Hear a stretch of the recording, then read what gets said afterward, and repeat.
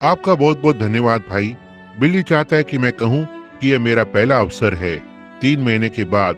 और वह मुझे याद है कि जब पहली बार वो गवाही देने के लिए मेरे पास आया था तो उसने कहा था, पहली बात, मुझे डर लग रहा है। मुझे भी डर लग रहा है। सेवकाई में लगभग 35 वर्ष हो गए हैं और ये सबसे लंबे समय तक ऐसा रहा है। मैं पुलपिट से दूर रहा जब से मैं सेवकाई में रहा हूँ।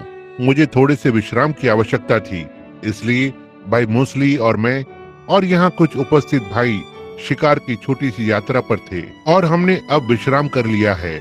और यह मेरी पहली सभा है, मैं लगभग 1 सितंबर के बाद से लेकर। और यह कुछ तो है, एक सेवकाई कुछ तो ऐसी बात है जिसके साथ आपको एक प्रकार से बने रहना है। और अब मैंने उनसे उस पंखे को बंद करने के लिए कहा है, या देखें यदि वे इसे बंद कर सकते हैं, क्योंकि मैं जानता हूँ कि इससे सुनना कठिन होता है।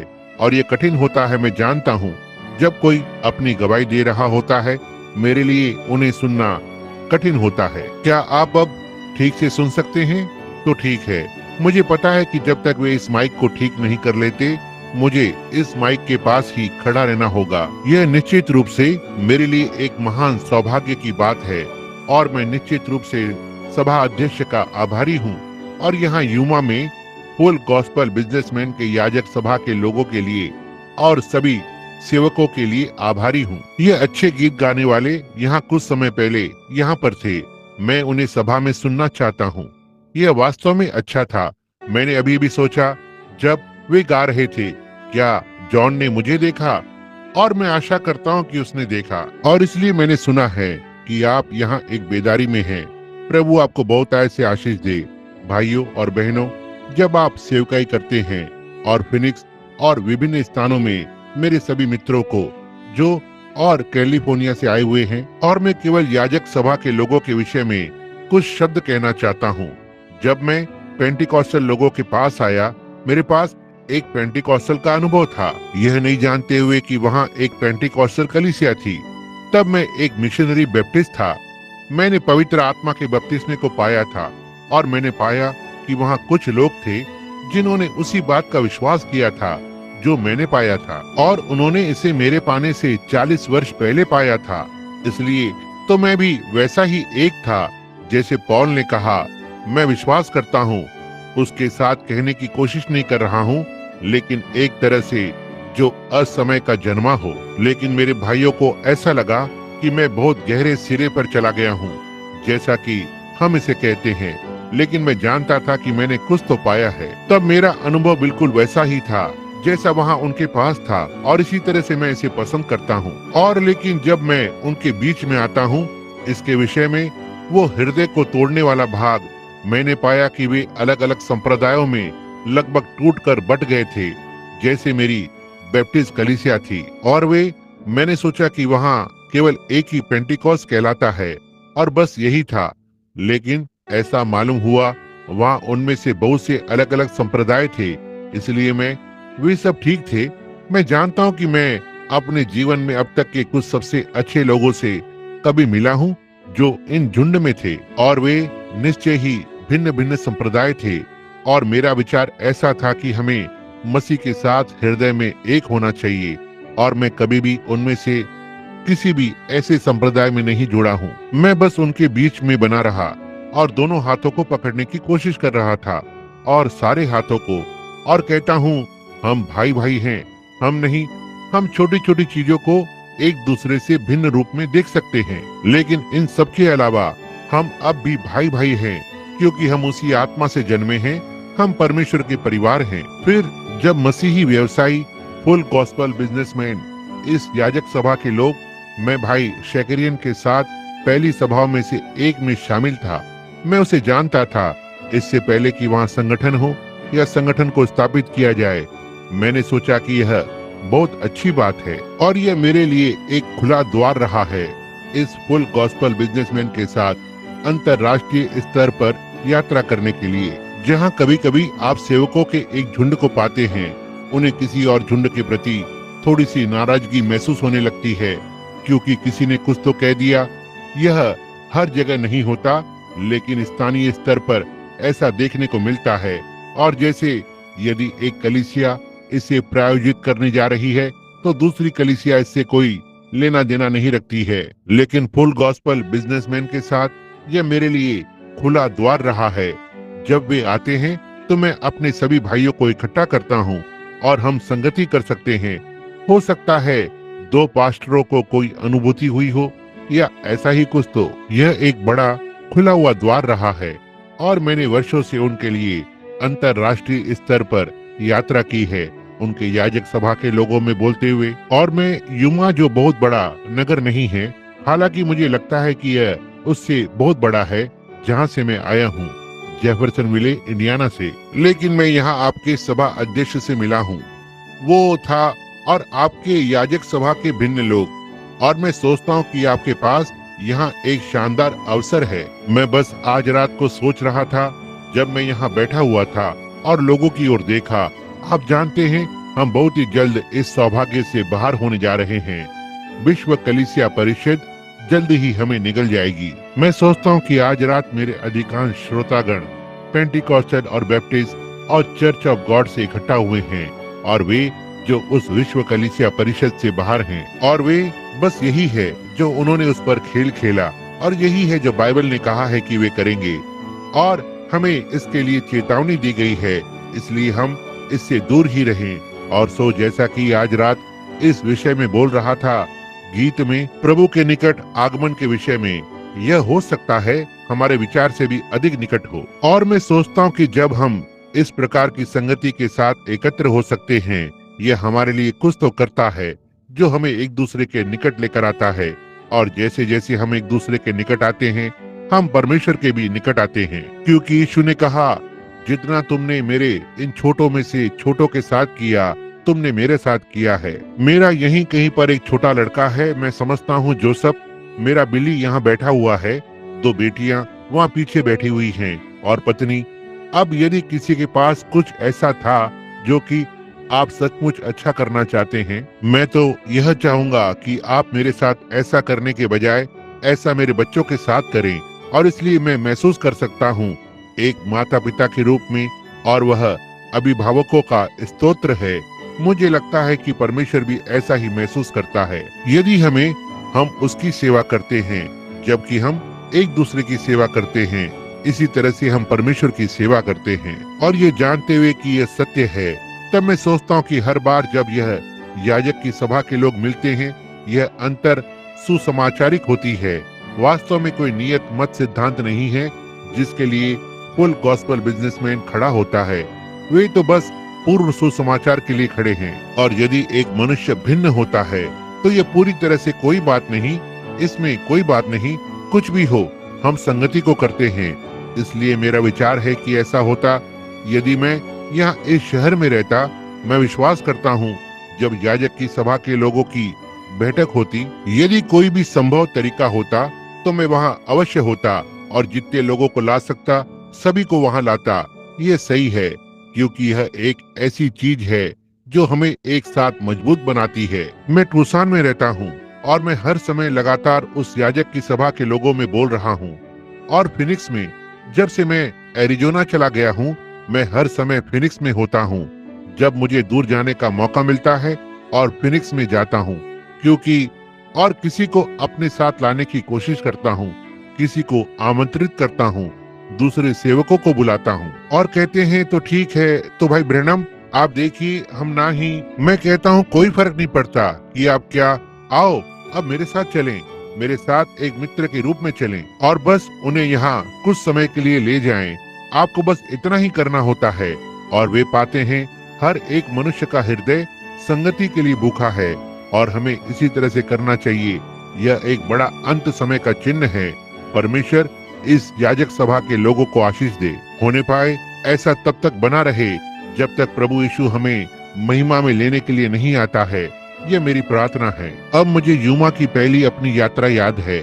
मैं एक मॉडल T4 कार में था जो 30 मील प्रति घंटे की रफ्तार से दौड़ सकती थी। मैं सोच रहा था जब मैं आज गाड़ी चला रहा था, अब भी फोर्ड कार के प्रति विश्वास योग्य हूँ।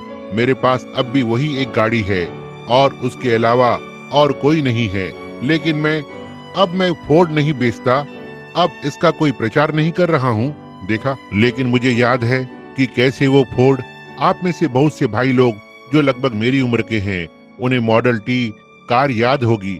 यह लगभग 1927 में था। आपको बहुत ध्यान से देखना होता था, नहीं तो जब आप वहां से गुजरेंगे तो आपको यूमा नहीं दिखेगा। यह बहुत छोटा सा था और आप निश्चित रूप से बड़े हो गए हैं, लेकिन जिस तरीके से मैंने अपनी फोर्ड से 30 मील प्रति घंटा निकाला, वो इस तरफ 15 मील प्रति घंटा गई और इस तरफ भी 15 मील प्रति घंटा। तो इसे जोड़कर मेरे पास 30 मील प्रति घंटा था। सारे रास्ते के बम्पर और अन्य चीजों को मिलाकर यूमा बढ़ चुका है। यह महिमा में कलीसिया कि हम इस अद्भुत विश्वास के लिए यत्न कर रहे हैं। धन्यवाद भाई, जिसने भी यह किया है। यह भी बढ़ गया है और हम इसके लिए आभारी हैं। प्रभु आप सभी को आशीष दे। हम आशा करते हैं यदि आप आसपास नजदीक हैं, इनमें से कोई भी सभा में, मेरे पास अगले रविवार को बोलने के लिए फिनिक्स का वो याजक सभा के लोग हैं और उसके अगले रविवार को फ्लैग स्टाफ में और अगले सोमवार 21 तारीख को टूसान में एक भोज है। आप सभी आमंत्रित हैं और प्रभु ने चाहा तो मैं वेस्ट वर्ल्ड हो होटल बॉलरूम में प्रचार करना चाहता हूँ। मैं विश्वास करता हूँ। ये कौन सी रात को आरंभ होता है? रविवार की दोपहर 17 तारीख। बस एक छोटी सी सुसमाचार प्रचार की सभा। आशा करता हूँ कि ये गीत गाने वाले उस समय के आसपास हमारी सहायता करने के लिए होंगे और हम बुधवार तक वहाँ पर रहेंगे। मैं सोचता हूँ यह रविवार की दोपहर है और हम ऐसा इसलिए करते हैं क्योंकि हम कलीसिया के किसी भी कार्यक्रम में रुकावट नहीं डालना चाहते। फिर सोमवार और मंगलवार और फिर बुधवार को हम पश्चिम में रमदा इन में और फिर गुरुवार को हम वेस्ट वर्ल्ड हो आरंभ करेंगे। क्या ऐसा है? रमदा इन में कन्वेंशन रखा गया है, इसलिए हमें आपको किसी भी समय पाकर खुशी होगी। अब इससे पहले कि हम इस किताब को खोलें, आइए हम कुछ समय के लिए अपने सिर को झुकाकर और लेखक से बात करें। अब हमारे सिरों को मिट्टी की ओर झुकाएं, जहां से परमेश्वर ने हमें लिया है। और यदि यीशु रुका रहता है तो हमें किसी दिन उसी तरह से इसमें वापस लौटना होगा। बस जब से मैं यहाँ पर हूँ, मुझे पूरब से एक संदेश मिला कि एक छोटी महिला जिसे मैं जानता था, वह छोटी लड़की है जिसका नाम एडिथ राइट है, परमेश्वर से मिलने के लिए चली गई। आज दोपहर 3 बजे हमें वापस जाना पड़ेगा। यदि यहाँ कोई भी है जो प्रार्थना में याद करवाना चाहेगा, क्या आप बस अपने हाथ को परमेश्वर की ओर उठाएंगे? परमेश्वर आपको आशीष दे। स्वर्गीय पिता, जैसा कि हमने इस अच्छी संगति का बहुत आनंद लिया है गाते हुए, ओह इसने मेरे हृदय को कितना रोमांचित कर दिया जब मैंने उस गीत को सुना। क्या यूहन्ना ने मुझे देखा? पिता, मैं भरोसा करता हूँ कि हम सब वहाँ पर होंगे, हम में से हर एक जन। और अब हमारे सिर मिट्टी की ओर झुके हुए हैं और हम प्रार्थना करते हैं कि आप हमारे धन्यवाद देने को स्वीकार करें और हमारे पश्चाताप और एक दूसरे के लिए हमारी प्रार्थना को। और अब हम आपके वचन की ओर मुड़ते हैं, सभा का पवित्र भाग जो बाकी से कहीं अधिक पवित्र लगता है। इसलिए हम जानते हैं कि इस समय हम लोगों के साथ व्यवहार कर रहे हैं कि उन्हें सत्य की ओर, मसीह की ओर और वचन की ओर मार्गदर्शन करें जो कि मसीह है। और हम प्रार्थना करते हैं कि आप हमारे लिए वचन को खोलेंगे। हम अयोग्य हैं प्रभु, लेकिन आप ही योग्य हैं। इसलिए मैं प्रार्थना करता हूँ कि आप हमारे कमजोर प्रयासों को आशीषित करेंगे और होने पाए हम आज रात खुद को और परमेश्वर के वचन में हमारी स्थिति को देखने पाएं। इसे प्रदान करें पिता, और हम आपको स्तुति देंगे क्योंकि हम इसे यीशु के नाम में मांगते हैं, आमीन। अब यहाँ होना वास्तव में अच्छा है। मेरे पास यहाँ लिखी हुई कुछ टिप्पणियां हैं जिसके विषय में मैंने सोचा कि मैं इसका उल्लेख करूंगा कुछ मिनटों के लिए। जैसा कि मैं नहीं समझता कि हमें इस हॉल को शाम के समय ज्यादा देर रखने की अनुमति है, और मैं भी एक प्रकार से पेंटिकॉस्टल लोगों के बीच में रहा हूँ। मैं एक प्रकार से धीमा जाता हूँ, आप जानते हैं। मुझे याद है, मैंने आपको बताया है, हो सकता है जब मैंने पहली बार एक पेंटिकॉस्टल सेवक को देखा तो यह सेंट लुइस से आदरणीय रॉबर्ट डाटरटी था। मुझे संदेह है आप में से कोई उन्हें जानता है कि नहीं। आपने किताब में उसकी छोटी लड़की की गवाही को देखा है। वह संत विटस डांस या गठिया रोग के बुखार से चंगी हो गई थी और उसकी ठीक होने की उम्मीद छोड़ दी गई थी। और इसी तरह से मैं पहली बार पेंटिकॉस्टल लोगों से मिला और यह मैं उसे प्रचार करते हुए सुनने के लिए गया और ओह, वो प्रचार कर सकता था। वो यहाँ तक किसी बात के लिए रुकता भी नहीं था और वह प्रचार करता रहता जब तक कि वह पूरी तरह से हांफने न लगे और उसका चेहरा नीला पड़ जाता और उसके घुटने कांपने लगते और वो लगभग फर्श पर गिर जाता और फिर वो सांस लेता। आप लगभग उसे शहर के दूसरे छोर से सुन सकते थे वापस आकर प्रचार करते हुए। और सोचा, ओह, मैं इसके विषय में इतनी तेजी से नहीं सोच सकता। मुझे बस एक प्रकार से अपना समय लेना होता है। मैं एक प्रकार से धीमा जाता हूँ और बूढ़ा भी हो रहा हूँ। आप जानते हैं, धीरे धीरे चलता हूँ, इसलिए मैं आशा करता हूँ कि आप मेरे साथ कुछ मिनटों के लिए सहन करेंगे। वहाँ एक बात निश्चित है जो कि मैं जानता हूँ कि असफल नहीं होगा और वो उसका वचन है। आकाश और धरती टल जाएंगे लेकिन उसका वचन कभी विफल नहीं होगा। तो आइए अब हम पन्नों को पलटेंगे। यदि आपके पास आपकी बाइबल है और इसमें से पढ़ना चाहते हैं यशायाह की किताब में, यशायाह के 53वें अध्याय में, मैं इसे केवल एक संदर्भ बनाने के लिए कुछ समय के लिए एक विषय को लेने के लिए वचन को पढ़ना चाहता हूँ। किसने हमारे समाचार का विश्वास किया? प्रभु का भुजबल किस पर प्रकट हुआ? क्योंकि वो उसके सामने अंकुर की नाई और ऐसी जड़ के समान होगा जो निर्जल भूमि में फूट निकले। उसकी न तो कोई सुंदरता थी और हम उसको देखते और न उसका रूप ही हमें ऐसा दिखाई पड़ा कि हम उसको चाहते। वह तुच्छ जाना जाता और मनुष्यों का त्यागा हुआ था।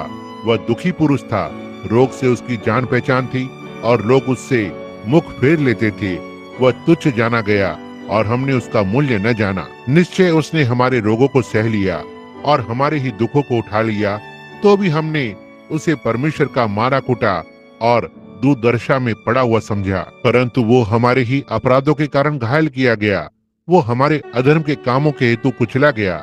हमारी ही शांति के लिए उस पर ताड़ना पड़ी, उसके कोड़े खाने से हम चंगे हो गए। हम तो सब के सब भेड़ों की नाई भटक गए थे। हम में से हर एक ने अपना अपना मार्ग लिया और यहोवा ने हम सभी के अधर्म का बोझ उसी पर लाद दिया। वो सताया गया और पीड़ित हुआ तो भी अपना मुंह न खोला। जिस प्रकार भेड़ वध होने के समय वह भेड़ी ऊन कतरने के समय चुपचाप शांत रहती है, वैसे ही उसने भी अपना मुंह न खोला। उसे बंदीगृह से और न्याय से उठा लिया गया था और उसके वंश का वर्णन कौन करेगा? क्योंकि वह जीवितों के बीच में से उठा लिया गया और क्योंकि मेरे ही लोगों के अपराधों के कारण उस पर मार पड़ी। और उसकी कब्र भी दुष्टों के संग ठहराई गई और मृत्यु के समय वह धनवान का संगी हुआ। यद्यपि उसने किसी प्रकार का उपद्रव न किया था और वहाँ उसके मुंह से कभी छल की बात नहीं निकली थी। तो भी यहोवा को यही भाया कि उसे कुचले। उसी ने उसको शोकित कर दिया। जब तो उसका प्राण दोष बलि करे तब वह अपना वंश देखने पाएगा और वह बहुत दिन जीवित रहेगा। उसके हाथों से यहोवा की इच्छा पूरी हो जाएगी। वह अपने प्राणों का दुख उठाकर उसे देखेगा और तृप्त होगा। अपने ज्ञान के द्वारा मेरा धर्मी दास बहुतेरों को धर्मी ठहराएगा और उनके अधर्म के कामों का बोझ आप उठा लेगा। इस कारण मैं उसे महान भागों के संग भाग दूंगा और वह सामर्थियों के संग लूट बांट लेगा। क्योंकि उसने अपना प्राण मृत्यु के लिए उंडेल दिया, वह अपराधियों के संग गिना गया। तो भी उसने बहुतों के पापों का बोझ उठा लिया और अपराधियों के लिए बिचवाई करता है। मैं बस इसे कहना चाहता हूँ, बस एक छोटे से विषय के लिए मैं वहाँ से एक विषय को लेना पसंद करूंगा, जैसे कि परमेश्वर की पहचानी गई सर्वोत्तम रचना। अब यह एक सर्वोत्तम रचना को चुनने के लिए, यह पढ़ने के लिए काफी एक लंबा और विस्तृत वचन होगा, लेकिन जब हम इसकी ओर देखते हैं, जैसा कि हम सोचते हैं यह एक सर्वोत्तम रचना को छोड़ और कुछ भी होगी। क्योंकि इसने कहा, हमने उससे अपना मुंह मोड़ लिया और वहाँ कोई सुंदरता नहीं थी कि हम उसकी इच्छा रखते। और बहुत सी बार जिसे हम एक सर्वोत्तम रचना कहते हैं, जबकि परमेश्वर का इससे कोई लेना देना नहीं होता है। क्योंकि मनुष्य की बुद्धि परमेश्वर के लिए मूर्खता है, लेकिन परमेश्वर की मूर्खता मनुष्य की सारी बुद्धि से कहीं अधिक बुद्धिमान है। और हम यहाँ पर देखते हैं कि परमेश्वर हमें किसी चीज की तस्वीर देता है।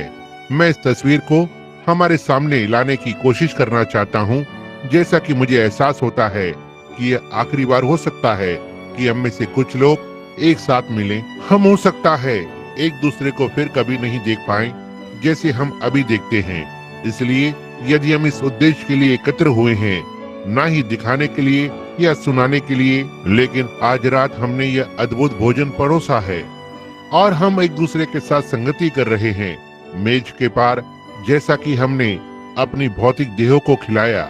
और अब हम चाहते हैं कि परमेश्वर हमारे प्राण को उसके मन्ना पर खिलाए जो कि छिपा हुआ है। केवल उन याजकों के लिए जिन्होंने परम पवित्र स्थान में प्रवेश किया है, उन्हें उसके भोजन को खाने की अनुमति है। और यदि हमने आज रात्रि ध्यान दिया होगा, हमने जो मांस खाया, मुझे नहीं लगता कि मैंने अभी तक कभी भी किसी भी भोज में जहाँ जहाँ मैंने सभाएं आयोजित की है, मैंने मांस का इतना बढ़िया टुकड़ा खाया था जैसे कि आज रात को खाया, जो उन्होंने आज रात परोसा।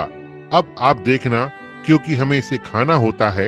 यदि हम जीते हैं तो किसी को तो मरना ही पड़ता था, जिससे कि हम संगति के इस समय का आनंद ले सकें और अपने जीवन को बनाए भी रख सकें। मैं एक व्यक्ति से बात कर रहा था जो शाकाहारी था। ज्यादा समय नहीं हुआ और उसने मुझसे कहा, खैर मैं आपसे सहमत नहीं हूँ। तो ठीक है, उसने मुझे एक तरह से एक पत्र दिया, मुझसे निजी तौर पर मिलना चाहता था और उसने कहा, भाई ब्रैनम, मैं हमेशा ही आपको एक पवित्र व्यक्ति के जैसे सम्मान करता हूँ। उसने कहा, लेकिन जब मैंने आपको कहते सुना कि आपने नाश्ते में हैम और अंडे खाए हैं, कहा, इससे मैं निराश हो गया। तो ठीक है कि मैं उसके मार्ग में ठोकर नहीं खिलाऊंगा, अब यह उसके विश्वास करने का तरीका है। लेकिन मैंने कहा, ठीक है श्रीमान, यदि मैं नहीं खाता हूँ तो मैं जीवित नहीं रहूंगा। उसने कहा, लेकिन आप देखो, आपको एक सुअर को खाना पड़ता है और एक मुर्गी को मारना पड़ता है। मैंने कहा, श्रीमान, हम केवल मरे हुए पदार्थ के द्वारा ही जीते हैं। मैं परवाह नहीं करता कि आप क्या खाते हैं। आप सब्जियां खाते हैं, आप खाते हैं, आप रोटी खाते हो, गेहूं मरता है। यदि आप मकई खाते हैं तो मकई मरती है। यदि आप फलियां खाते हो तो फलियां मरती हैं। आप जो कुछ भी खाते हैं, आप केवल शारीरिक रूप से जी सकते हैं, क्योंकि कुछ तो मरा है जिससे कि आप जी सके। अब आप जो कुछ भी करते हैं, यहाँ तक कि दूध भी पीते हैं, जीवाणु को जो भी हो, आपको मरे हुए पदार्थ के द्वारा जीना होगा। और यह केवल साबित करता है, यदि हमें यह स्वाभाविक जीवन को जीना है और हम इसे केवल मरे हुए पदार्थ के द्वारा ही कर सकते हैं, किसी चीज को तो मरना ही था जिससे कि हम अनंतता के लिए जी सके। यह यीशु मसीह है जिसे परमेश्वर ने हमारे लिए छुड़ौती के रूप में दिया है। और अब जब मैं पहली बार पेंटिकॉस्टल लोगों से मिला, मैं कैलिफोर्निया गया। बस यहाँ नदी के उस पार जुड़ने वाला राज्य था और मैं लॉस एंजलिस में था। मैं इस प्रसिद्ध महिला सेवक Shrimati Semple, Aimee Semple McPherson के दिनों में कभी नहीं रहा था। मुझे उसके पुत्र राल्फ से मिलना है, जो एक अच्छा मसीही सज्जन व्यक्ति है, और उसकी पत्नी और उसके परिवार से वे निश्चित रूप से प्यारे लोग हैं। और डॉक्टर टीफोर्ड और एंजल्स टेम्पल के बहुत से कर्मचारी। और मैंने पेंटिकॉस्टल की जुबली का प्रचार किया। वहाँ 50 वर्ष की जुबली कुछ वर्ष पहले, और निश्चित रूप से एक अद्भुत समय था। इसलिए तो इस महिला के संबंध में, जिसने अपना सर्वश्रेष्ठ प्रयास करके एक उदाहरण को सामने रखा और अपने हृदय की बात प्रस्तुत करने का, मैं उसे श्रद्धांजलि देने के लिए फॉरेस्ट लॉन में उसकी कब्र पर गया। और जब मैं अपनी टोपी उतारकर खड़ा हुआ था और मेरे सिर को झुकाया और इस छोटी दासी के शानदार जीवन के लिए परमेश्वर को धन्यवाद दिया, तब कर्मी दल ने मुझसे पूछा, जो कि मेरे साथ था, सेवकों का एक झुंड, क्या मैं एक यात्रा को करूंगा? पूरे फॉरेस्ट लॉन में से होते हुए एक यात्रा को करना चाहूंगा। और वह मुर्दा घर के अंदर, या जो भी आप इसे कहते हैं, मैं भिन्न भिन्न डिजाइनों या बनावट की ओर देख रहा था और प्रभु भोज को देखा और रुका रहा। आप में से बहुत से लोगों ने इस पर ध्यान दिया होगा जब उन्होंने अंतिम भोज इस पर प्रकाश डाला और इसकी कहानी को सुना। लेकिन सबसे असाधारण चीजों में से एक जो मैंने वहां देखा, जैसे ही आप द्वार में प्रवेश करते हैं, मैं सोचता हूँ कि यह पूर्व दिशा की ओर होगा। वहाँ मूसा की एक मूर्ति रखी हुई थी, जो कि माइकल एंजेलो के जीवन का सर्वश्रेष्ठ काम था। मैं विश्वास करता हूँ ऐसा ही था। वो मूर्तिकार, जो मैं मनुष्य के विषय में गलत हो सकता हूँ, मैं सोचता हूँ कि यह सही है, माइकल एंजेलो, वो महान मूर्तिकार जिसने इसे ढाला, या मूसा की एक छवि को ढाला। और जैसा कि वह इसे समझा रहा था, वो गाइड जो हमें इसमें से होकर ले जा रहा था, उसने कहा कि यह एक महानतम सर्वोत्तम रचना थी जिसे माइकल एंजेलो ने कभी बनाया था, और कहा कि इसने उसके जीवन का बहुत कुछ ले लिया, कड़ी मेहनत की। तब मैंने ध्यान दिया, मैं सोचता हूँ ऐसा था। यह दाहिने घुटने पर था। मूर्ति एकदम सही चिकनी दिखाई दे रही थी और मूसा अपने हाथों में व्यवस्था की पट्टियों के साथ था और उसकी लंबी दाढ़ी थी। और यह निसंदेह माइकल एंजेलो की मानसिक कल्पना थी। मूसा को कैसा दिखना चाहिए?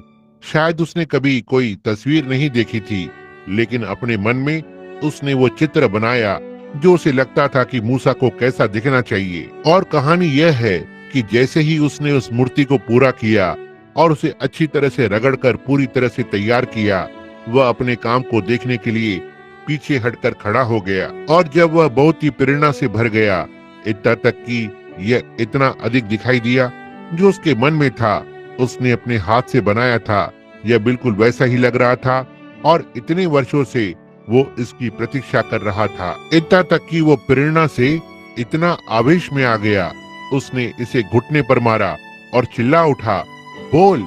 और वहाँ उस पैर पर, मूसा के घुटने पर एक टूटा हुआ स्थान है जहाँ माइकल एंजेलो ने अपने हथौड़े से प्रहार किया, क्योंकि वो बहुत ही प्रेरणा से भर गया था। देखो, उसके अंदर कुछ तो था आरंभ में कि उसने एक मानसिक चित्र को बनाया जो उसने सोचा कि मूसा को कैसा दिखना चाहिए। और जब उसने देखा कि उसके सामने प्रतिबिंब हुआ है, बिल्कुल वही चीज जो उसके मन में थी, जो उसने सोचा था कि मूसा को कैसा दिखना चाहिए। और उन सारे वर्षों और वर्षों में उस दर्शन को अपने साथ लेकर आगे बढ़ा।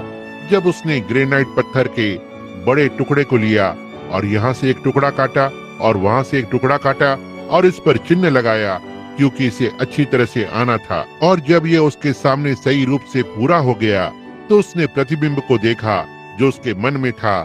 यही है जिसने मूर्ति पर प्रहार करने के लिए उसे इतना प्रेरित किया और चिल्ला उठा, बोल। उसके सारे वर्षों की मेहनत रंग लाई थी।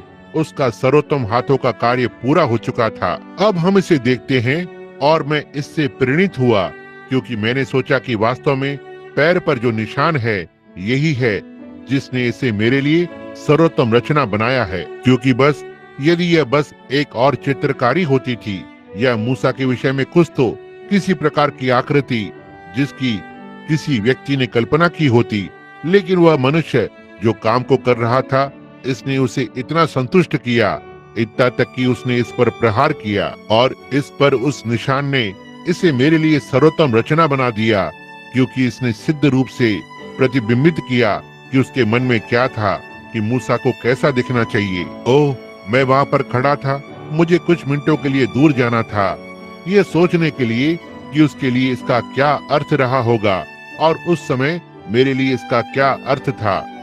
तब यह मेरे मन में आया, इस विषय में जिसके विषय में मैं आपसे बात करना चाहता हूँ। आइए अब हम अपने विचारों को माइकल एंजेलो से उस महान मूर्तिकार सर्वशक्तिमान परमेश्वर की ओर मोड़ें, जो आरंभ में, इससे पहले कि कोई दिन या दिन का भोर हो, इससे पहले वहाँ एक कण या एक अणु हो, परमेश्वर उसके मन में मनुष्य था। एक मनुष्य को कैसे दिखना चाहिए, उसे क्या होना चाहिए और उसे कैसा व्यवहार करना चाहिए। और वो चाहता था कि वो मनुष्य उसका भाग बने, इसलिए उसने मनुष्य को अपने स्वरूप में बनाया और परमेश्वर की समानता में उसने मनुष्य की सृष्टि की। ओह, जब परमेश्वर ने आरंभ में इस सर्वोत्तम रचना को बनाया, कुछ ऐसा जो उसके विचारों को प्रतिबिंबित करता था। याद रखें, अनंत जीवन का केवल एक ही रूप है और हमारे, यहाँ तक कि हमारे नाम और हमारे विचार परमेश्वर के साथ थे, इससे पहले कि संसार की बुनियाद को डाला जाए। क्योंकि अब हम अनंत जीवन को प्राप्त करते हैं और ऐसा होने के लिए हमें परमेश्वर का भाग होना है, तो हमें उसके विचारों में उतना ही अधिक होना होगा, क्योंकि हमारे पास अनंत जीवन है और इस जीवन के लिए पहले से ठहराए गए थे और हमारे नाम मेमने की जीवन की किताब में दुनिया की नींव डालने से पहले लिखे गए थे, प्रकाशित वाक्य के अनुसार। अब कि परमेश्वर ने हमें उसके विचारों में रखा था, तब हमारे पास अनंत जीवन होता है, क्योंकि तब उसने हमसे बातें की और हम अस्तित्व में आए। और एक शब्द, बस एक विचार का प्रकट होना है। आदि में परमेश्वर के विचारों में हम थे। अब और जब उसने आदम को बनाया, वो पहला मनुष्य ये कितना सिद्ध था। वो परमेश्वर के समान दिखाई दिया। परमेश्वर वो महान पवित्र आत्मा जो धरती पर मंडरा रहा है, और वो पक्षी बाहर आते हैं, हो सकता है, और जानवर, भिन्न भिन्न चीजें, और एक के रूप में और अधिक आता रहा।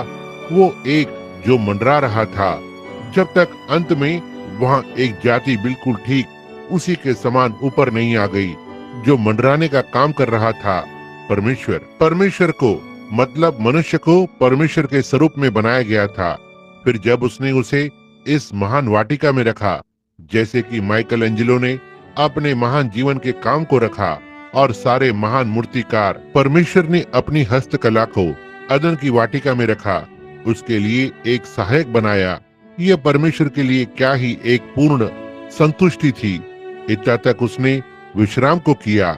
यह बस विश्राम में था, उसका काम पूरा हो गया था। उसके बाद शत्रु की दुख भरी कहानी आती है। अब ध्यान दें, यह एक बात मैं चाहता हूँ कि आप अपने मन में रखें कि परमेश्वर ने इस मनुष्य को एक सुरक्षा दी है।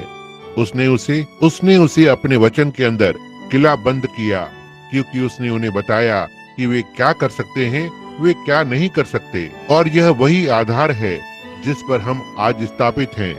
हम क्या कर सकते हैं, हम क्या नहीं कर सकते। कोई फर्क नहीं पड़ता कि हम कितने अच्छे हैं, हम कितना अधिक कलीसिया में जाते हैं या ऐसा करते हैं। हमें फिर से जन्म लेना होगा, समझे, ये होना ही है। और परमेश्वर ने आदम को बताया कि वो क्या कर सकता है और क्या नहीं कर सकता। उसने उसे अपने वचन के पीछे रखा, और तब शत्रु छल के द्वारा अंदर आ जाता है और परमेश्वर के वचन की दीवारों में से होते हुए रेंगता है, क्योंकि उसके लिए द्वार खुला हुआ था और उसने उस स्वरूप को पाप के लिए दूषित कर दिया। यह सबसे दुखद कहानियों में से एक है। यह सोचने के लिए कि वो मनुष्य जो उसके सृष्टिकर्ता के स्वरूप में बनाया गया था और उसे एक दीवार को दिया गया था कि उसके पीछे खड़ा हो, कि वो वचन कभी भी असफल नहीं हो सकता था। यही मसीही जन की आशा है, यह उसकी ढाल है, यह उसका हथियार है, यह आज उसकी चट्टान है, जो है वचन के पीछे बने रहना हर एक विश्वासी को। अब आपको कभी भी इसके पीछे से बाहर नहीं आना चाहिए। जब आप ऐसा करते हैं, आप शत्रु के लिए द्वार को खोल देते हैं। जब वे कहते हैं, ओह ठीक है, आप जरा सा ये कर सकते हैं और जरा सा वो भी कर सकते हैं। परमेश्वर चाहता है कि आप अपने आप को हर उस चीज से अलग कर दें जो पाप कहलाती है, पूरी तरह से उसके लिए और सिर्फ उसके लिए अलग हो जाएं। उसका आपके जीवन में एक उद्देश्य है, हर एक व्यक्तिगत के लिए, कि धरती के ऊपर कोई भी और आपके स्थान को नहीं ले सकता है। परमेश्वर के पास आपके लिए कुछ तो है। आप इसी प्रकार से बने हुए हैं। आपको एक उद्देश्य के लिए इस तरह से बनाया गया था। परमेश्वर उसके कार्य में स्वयं का अधिकार रखता है। वो यहाँ तक चीजें भिन्न हैं, हम एक दूसरे से भिन्न हैं। हम जानवर के जीवन में गौर करते हैं, हम पाते हैं जानवर के जीवन में वहाँ एक जानवर है। परमेश्वर ने एक बोझ उठाने के पशु को बनाया, जैसे घोड़ा, और उसे काम करना होता है, और गाय एक बलिदान है। और लेकिन वो शेर और बाघ बिना किसी परिश्रम या किसी भी चीज के जंगल में यहाँ वहाँ घूमते फिरते हैं। उसने एक बड़ा जानवर बनाया, जैसे कि हाथी, और फिर एक छोटा सा जानवर बनाया, जैसे कि एक चूहा। अब वहाँ कौन है जो परमेश्वर को बताए कि क्या करना है और इसे कैसे करना है? वो इसे अपने तरीके से करता है, और वह पहाड़ों को बनाता है, वो रेगिस्तान को बनाता है, और उस समुद्र को बनाता है, वो मैदानों को बनाता है, वो हर एक प्रकार के पेड़ को बनाता है, कड़क लकड़ी, खजूर का और इत्यादि। वो ऐसा करता है। वो मनुष्य को भिन्न बनाता है। वो हम में से हर एक को एक भिन्न भिन्न स्थान देता है। और एक खजूर का पेड़ कभी भी अखरोट जैसा नहीं हो सकता। एक अखरोट जैसा पेड़ कभी भी खजूर नहीं हो सकता। कोई भी आपका स्थान नहीं ले सकता है, और आपको किसी और के स्थान को लेने की कोशिश नहीं करनी चाहिए, क्योंकि आप परमेश्वर के लिए एक व्यक्तिगत हैं, और परमेश्वर के पास आपके लिए एक उद्देश्य होता है। उसने आपको ऐसा ही बनाया है। आप कहते हैं, उसने ऐसा क्यों किया? वो स्वयं अधिकार रखता है। उसके पास इस तरह से होने का एक कारण है। लेकिन हम पाते हैं कि हम सब वचन के द्वारा सुरक्षित किए गए हैं। स्वर्ग में हम स्वर्गीय देहों को देखते हैं। बाइबल कहती है कि यहाँ तक एक तारा भी दूसरे से भिन्न होता है। यहाँ सीरियस तारा और भिन्न भिन्न तारे हैं, और मार्स और जुपिटर वे सारे जो भिन्न हैं वे एक दूसरे से भिन्न हैं। सूरज चांद से भिन्न होता है और चांद तारों से, और वहाँ पर वे दूत हैं, जैसे कि वहाँ वे साराप और करूब हैं, और दूत और बड़े दूत दर्जे में। और यहाँ तक कि आने वाली नई दुनिया में धरती के राजा अपना सम्मान शहर में लाते हैं। हम हमेशा ही उसी तरह से रहेंगे, क्योंकि परमेश्वर सीयर्स और रोबक हार्मनी हाउस नहीं है। वो विविधता का परमेश्वर है।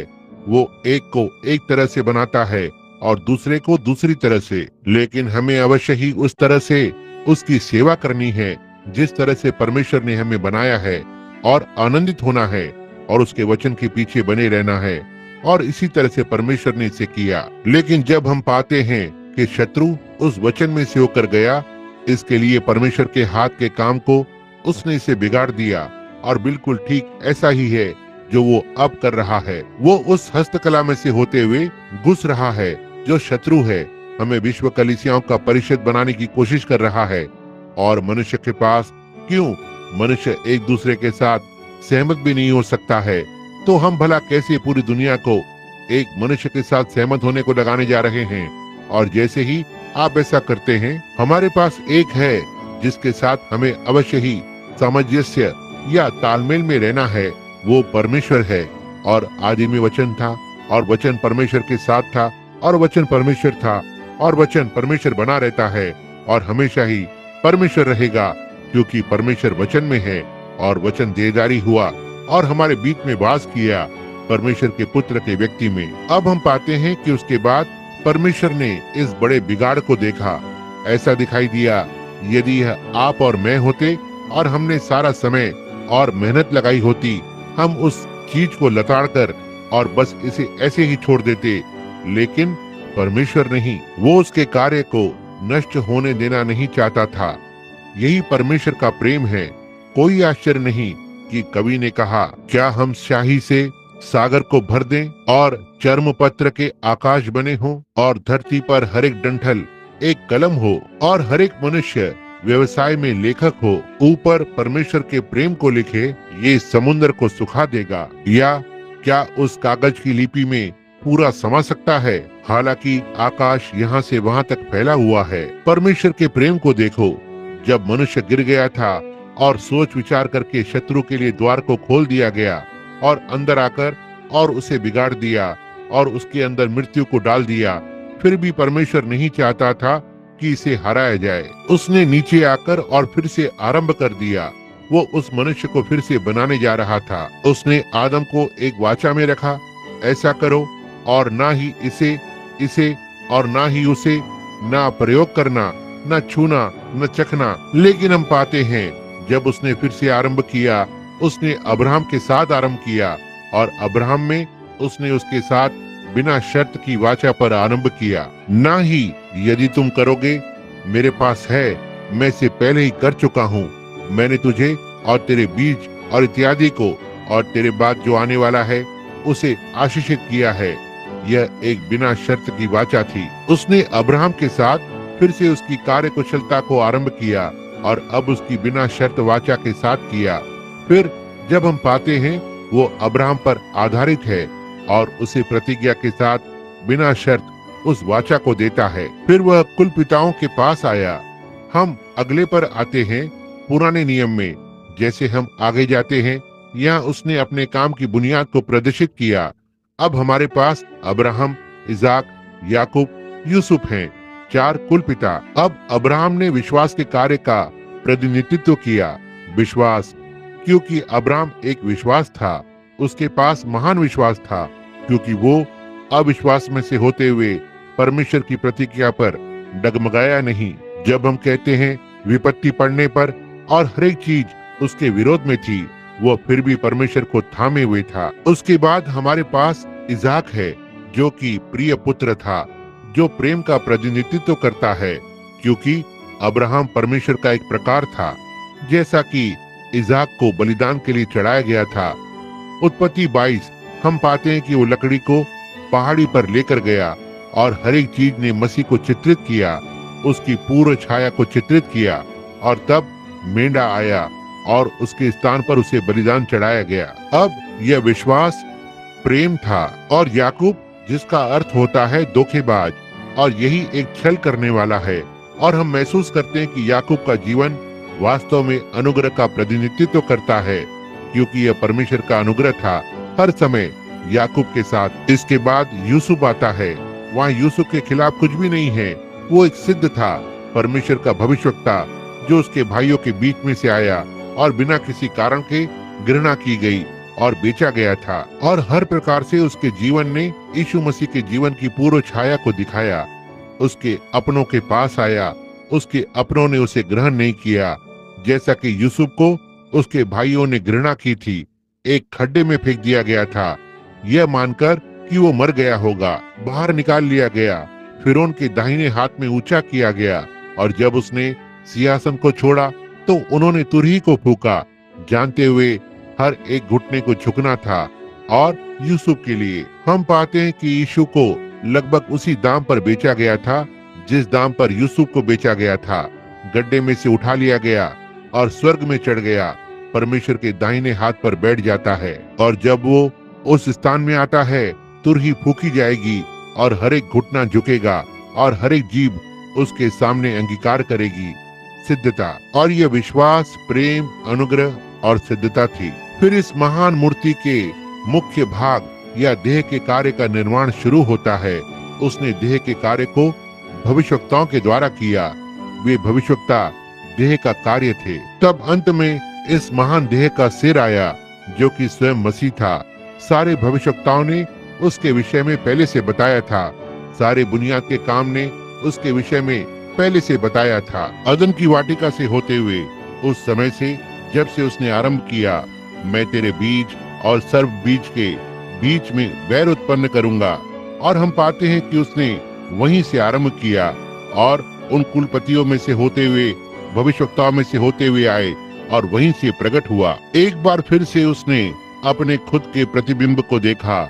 जब एक मनुष्य धरती पर जन्मा था, स्त्री के गर्भ से, यह परमेश्वर की सर्वोत्तम रचना थी। यह परमेश्वर का पुत्र था, यीशु मसीह। कारण कि वो पुत्र था क्योंकि वो सिद्ध रूप से वचन था। आदि में वचन था और वचन परमेश्वर के साथ था और वचन परमेश्वर था और वचन देहधारी हुआ और हमारे बीच में डेरा किया। अब हम उसमें एक सिद्ध सर्वोत्तम रचना को प्रतिबिंब होते हुए देखते हैं। वो परमेश्वर के समान सिद्ध था, इतना तक कि उसने कहा, यदि मैं अपने पिता के कामों को नहीं करता तो मेरा विश्वास मत करो। यद्यपि तुम मुझ पर विश्वास नहीं कर सकते तो मेरे कामों का विश्वास करो, क्योंकि वे तुम्हें गवाही देते हैं कि मैं कौन हूँ। मैं ये पसंद करता हूँ। देखा, उसने कहा, यदि तुम मुझ पर विश्वास नहीं करते। उन्होंने कहा, तुम एक मनुष्य हो, अपने आप को परमेश्वर के बराबर बना रहे हो। उसने कहा, यदि तुम मुझ पर विश्वास नहीं कर सकते तो उन कामों का विश्वास करो जो मैं करता हूँ। और यदि मैं उसके कामों को नहीं करता हूँ जिसने मुझे भेजा है, तो तुम्हें मुझ पर विश्वास करने का कोई अधिकार नहीं है। वैसे ही आज हर एक मसीही को चाहिए कि उसके पास वही गवाही हो। यदि परमेश्वर के इस प्रतिज्ञा किए हुए वचन में यदि हमारा जीवन योग्य नहीं ठहरता है और ठीक उसी बात को पूरा नहीं करता है जो वचन ने कहा है, तो फिर हमें अपने आप को मसीही कहने का कोई अधिकार नहीं है। यदि हम फिर से जन्म नहीं लेते हैं, यीशु ने मरकुस 16 में कहा, विश्वास करने वालों के ये चिन्ह होंगे। समझे? ना ही हो सकता है वे उन्हें करना चाहिए, वे शायद करेंगे, वे इसे करेंगे। यही वो मूर्तिकार है जिसने हमें बनाया है। यही वो कलीसिया है जिसे तराशा गया है। यही मसीह की देह है। अब हम देखते हैं कि इसने उसे सिद्ध रूप से प्रतिबिंबित किया। मूर्तिकार के पास अब वो वचन फिर से सर्वोत्तम रचना में प्रतिबिंबित हुआ है, जो उसका पुत्र कहलाता है, परमेश्वर, इमैनुअल। जरा सोचें कि एक व्यक्ति इतना अधीन हो गया, इतना तक कि परमेश्वर ने स्वयं वहां पर पहचान को दिया उस देह में, और वो बन गया। वो और परमेश्वर एक हो गए। मैं और मेरा पिता एक हैं। मेरा पिता मुझ में वास करता है। मैं हमेशा ही वही करता हूँ जो पिता को प्रसन्न करता है। यदि आज मसीही के पास इस तरह की गवाही हो सके तो क्या हो। आप ठीक यहाँ यूमा में सड़क पर एक सर्वोत्तम रचना होंगे, यदि आप वहाँ कपड़े धोने के बाल्टी के पीछे एक धोबिन महिला हैं, तो भी आप परमेश्वर के लिए एक सर्वोत्तम रचना हैं। जब आप कह सकती हैं, मैं हमेशा वही करती हूँ जो परमेश्वर को प्रसन्न करता है, और सारा संसार यीशु मसीह के कार्य को आप में प्रतिबिंब होते हुए देख सकता है। यह बताया गया है, एक बार पुराना सोना, पहले उनके पास सोना गलाने वाला होता था। वे सोने को लिया करते थे और पीटने वाले उसे पीटते थे। प्रारंभिक दिनों में इंडियंस जब एरिजोना अपनी युवा अवस्था में थे, वे सोने को तब तक पीटते थे जब तक कि पीटने वाला सोने में अपना प्रतिबिंब नहीं देख लेता। वे उसमें से सारे लोहे के स्वर्ण खनिज, मैल, गंदगी, पीटने वाला जब तक अपने प्रतिबिंब को दर्पण के समान देख नहीं लेता है, मारकर बाहर निकालता है। अब यही है जो सुसमाचार करता है। बहुत से लोग पलटे जाने और पीटे जाने को पसंद नहीं करते। तो ठीक है, आज रात कलीसिया को जिस चीज की आवश्यकता है वो है एक अच्छे पुराने चलन की पवित्र आत्मा पीटकर संसार और संसार की चीजें निकाल रहा है। यही है जिसकी आज रात पेंटिकॉस्ट को आवश्यकता है। यही है जो आज रात हमारे गतिविधियों की आवश्यकता है, एक अच्छे पुराने चरण की, सोने को पलटकर पीटने की, जब तक कि सारा संसार हम में से बाहर नहीं निकल जाता और यीशु मसीह प्रतिबिंबित नहीं हो जाता। मुझे आज रात यहाँ पर मुट्ठी भर लोगों को लेने दो, पूरी तरह से मसीह के लिए विचार रखते हैं और उनके जीवन को मसीह को समर्पित किया है। मैं इन मुट्ठी भर लोगों के साथ और अधिक कर सकता हूँ, या मेरा मतलब परमेश्वर अधिक कर सकता है यहाँ इन मुट्ठी भर लोगों के साथ, उसकी तुलना में जो आप पूरी विश्व कलीसिया परिषद के साथ कर सकते हैं। परमेश्वर के राज्य की ओर एक मनुष्य ने उसके हाथों में पूरी तरह से समर्पित कर दिया। यही सब परमेश्वर चाहता है। लेकिन आप देखते हैं, हम शांत रहने के लिए तैयार नहीं हैं और उसे इस तरफ से उस तरफ से काट छाट करने दें, इसे निकालने दें, उसे निकालने दें, इस विचार को और उस विचार को निकालने दें, और यीशु मसीह को हम में प्रतिबिंबित होने दो। हम बहुत सारी फिल्में देखते हैं, हमारे पास बहुत सारे टेलीविजन हैं। हमने अन्य सांसारिक मनोरंजनों में इतना अधिक समय बिताया कि कलीसिया ने लोगों के प्रति अपना स्वाद खो दिया है। ऐसा इसलिए है क्योंकि पवित्र आत्मा बाहर चला जाता है और कुछ और अंदर चला जाता है। यह सही है मित्रों। मैं गवाहियों को सुनता हूँ, पुराने चलन के पेंटिकॉस्टल कैसे उनकी सारी रात भर प्रार्थना सभाएं होती थी। हमारे पिता और माता 40-50 वर्ष पहले सारी रात भर प्रार्थना करते थे। रास्ते पर लोग उनसे घृणा किया करते थे, और आज हम सोचते हैं यदि हर कोई हमें कंधे पर नहीं थपथपाता है तो लगता है हमारे साथ कुछ तो गलत है। हाय तुम पर, जब सब मनुष्य तुम्हें भला कहें। वो लोगों द्वारा तिरस्कृत और अस्वीकार किया गया था और हम उसके स्वरूप हैं। आमीन। आज हमें जिस चीज की आवश्यकता है वो है कुछ वास्तविक सच्ची प्रार्थना सभाओं की, कुछ सफाई की, पुलपिट से लेकर द्वारपाल तक, परमेश्वर के सारे भवन को साफ करने की, पीटने की, पीटने वाले के स्वरूप को प्रतिबिंबित करे, मसीह के पुनरुत्थान की सामर्थ्य में सुसमाचार प्रचार किया जाए। यह सही है। यह छोटा सा सामाजिक सुसमाचार जो हमारे पास है, और इस एक के कंधे पर थपथपाते हैं और इस एक को डीकन बनाते हैं और उस एक को पुरोहित या ऐसा ही कुछ तो और बनाते हैं, दोनों ही राजनीतिज्ञ। क्या ठीक वैसा ही नीसिया रोम में हुआ था? हम उन चीजों से दूर रहना चाहते हैं। मेथोडिस्ट, बैप्टिस्ट, प्रेस्बिटेरियन, पेंटिकॉस्टल और सभी, हमें अवश्य ही इससे बाहर निकलना होगा। राजनीति कलीसिया के साथ कोई संबंध नहीं रखता है। पवित्र आत्मा कलीसिया पर अधिकार करने के लिए होता है और ना ही एक राजनीतिक वोट के लिए कि कौन क्या है। परमेश्वर ने कलीसिया में कुछ को प्रेरित, कुछ को भविष्यवक्ता और कुछ को शिक्षक और सुसमाचारक और पास्टर को रखा। ना ही लोगों ने उन्हें वहां वोट नहीं दिया, परमेश्वर ने उन्हें वहां पर रखा। पवित्र आत्मा की बुलावट के द्वारा प्रार्थना सभाएं और हाथों को रखना और परमेश्वर के सामने बने रहने के द्वारा। लेकिन आज हमने अपने धर्म को इस हद तक सामाजिक स्थान पर लाकर रख दिया है कि वो लगभग राजनीति जैसा हो गया है कि हम इस राजनीति को अपने सारे संप्रदायों में खेलते हैं। एक दूसरे की ओर उंगली को नहीं उठा सकता, हम सभी दोषी हैं। वहाँ पर आप कुछ सच्चे पुरुष और सच्ची स्त्रियां पाते हैं, लेकिन परेशानी जिसके विषय में मैं सोच रहा हूँ, हम अल्पसंख्यक पर बहुत अधिक ध्यान दे रहे हैं। सच्चे लोग जो विश्वास करना चाहते हैं और परमेश्वर की सामर्थ को चाहते हैं। वहाँ बहुत से लोग बस एक सामाजिक कार्य को करने के द्वारा लाए गए हैं। भाई, यह एक भला मनुष्य है, वो एक अच्छा व्यक्ति है। हमारे पास अच्छी कलीसियाएं हैं, हम अच्छी कलीसियाएं बनाते हैं और बेहतर कलीसियाएं बनाते हैं जो हमारे पास हुआ करती थी। यह ठीक बात है, इसके विरोध में कुछ नहीं है।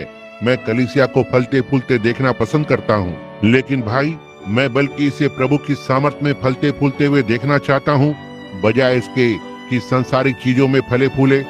फिर से सुसमाचार पर वापस आ जाएं, परमेश्वर की सामर्थ में वापस आ जाएं, पेंटिकॉस्ट पर वापस आ जाएं, जैसे वो मूल था। लेकिन आप देखते हैं, इसकी परेशानी ये है, हम उस पिटाई को नहीं लेना चाहते हैं। आप किसी चीज के बारे में कुछ तो बता सकते हैं, और कुछ अनैतिक चीज के विषय में जो कलीसिया कर रही है, या कुछ सामाजिक चीज, वे ठीक तभी आपका इनकार कर देते हैं, दरवाजे बंद कर देते हैं, आप अंदर नहीं आ सकते। देखिए, क्योंकि उनकी एक बैठक हुई है और आप पर रोक लगाई गई है। वे आपको नहीं चाहते। वे कहते हैं, तुम पागल हो, तुमने अपना दिमाग खो दिया है।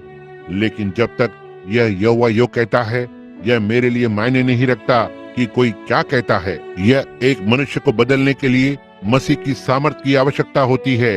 यह एक मनुष्य को बनाए रखने के लिए मसीह की सामर्थ की आवश्यकता होती है। और जैसा कि यीशु ने एक बार कहा, सोसन के फूलों की ओर देखो, तो भी मैं तुमसे कहता हूँ कि सुलेमान भी अपने सारे वैभव में उनमें से किसी एक के समान वस्त्र पहने हुए न था।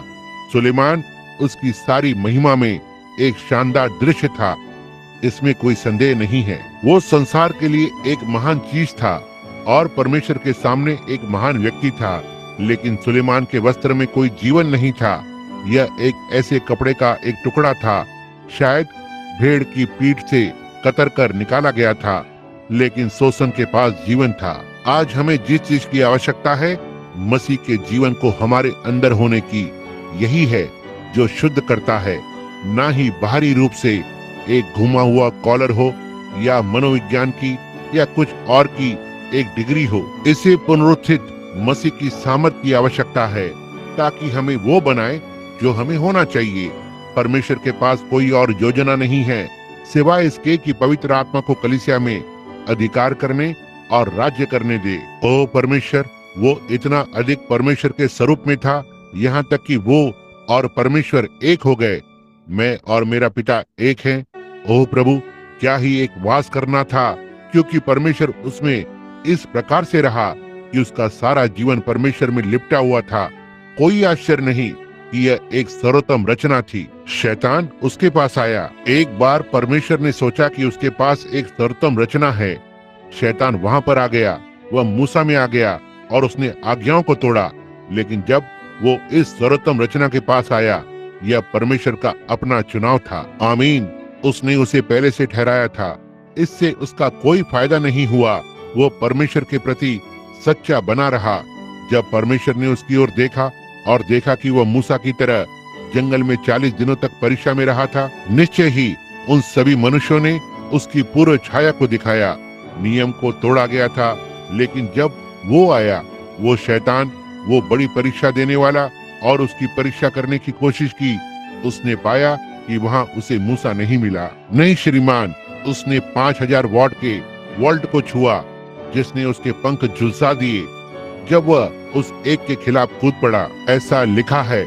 उसने कहा, देखा, आदम गिर गया, लेकिन यीशु दूसरा आदम, वो सर्वोत्तम रचना जो छुड़ाने के लिए आया था, उसने कहा, ऐसा लिखा है, मनुष्य केवल रोटी से ही जीवित नहीं रहेगा, लेकिन हर एक वचन से जो परमेश्वर के मुख से निकलता है। वहाँ उसके पास एक सर्वोत्तम रचना थी। जी हाँ श्रीमान, उसने कुछ तो कहा। उसने कहा, ऐसा भी लिखा है, तू अपने प्रभु परमेश्वर की परीक्षा न करना। शैतान, यहाँ से चला जा। वहाँ एक सर्वोत्तम रचना थी। उसने क्या किया? ऐसा नहीं कह रहा है, मैं अपनी कलीसिया को बताऊंगा, मेरे पास ऐसा और ऐसा करने के लिए पुरोहित गण होंगे, बिशप ऐसा और ऐसा करेगा। उसने कहा, ऐसा लिखा है। यही है जिसके पीछे उसने अपने पहले आदम को रखा, और वो गिर गया और शैतान ने इसे बिगाड़ दिया। लेकिन वो इस एक को नहीं बिगाड़ सका।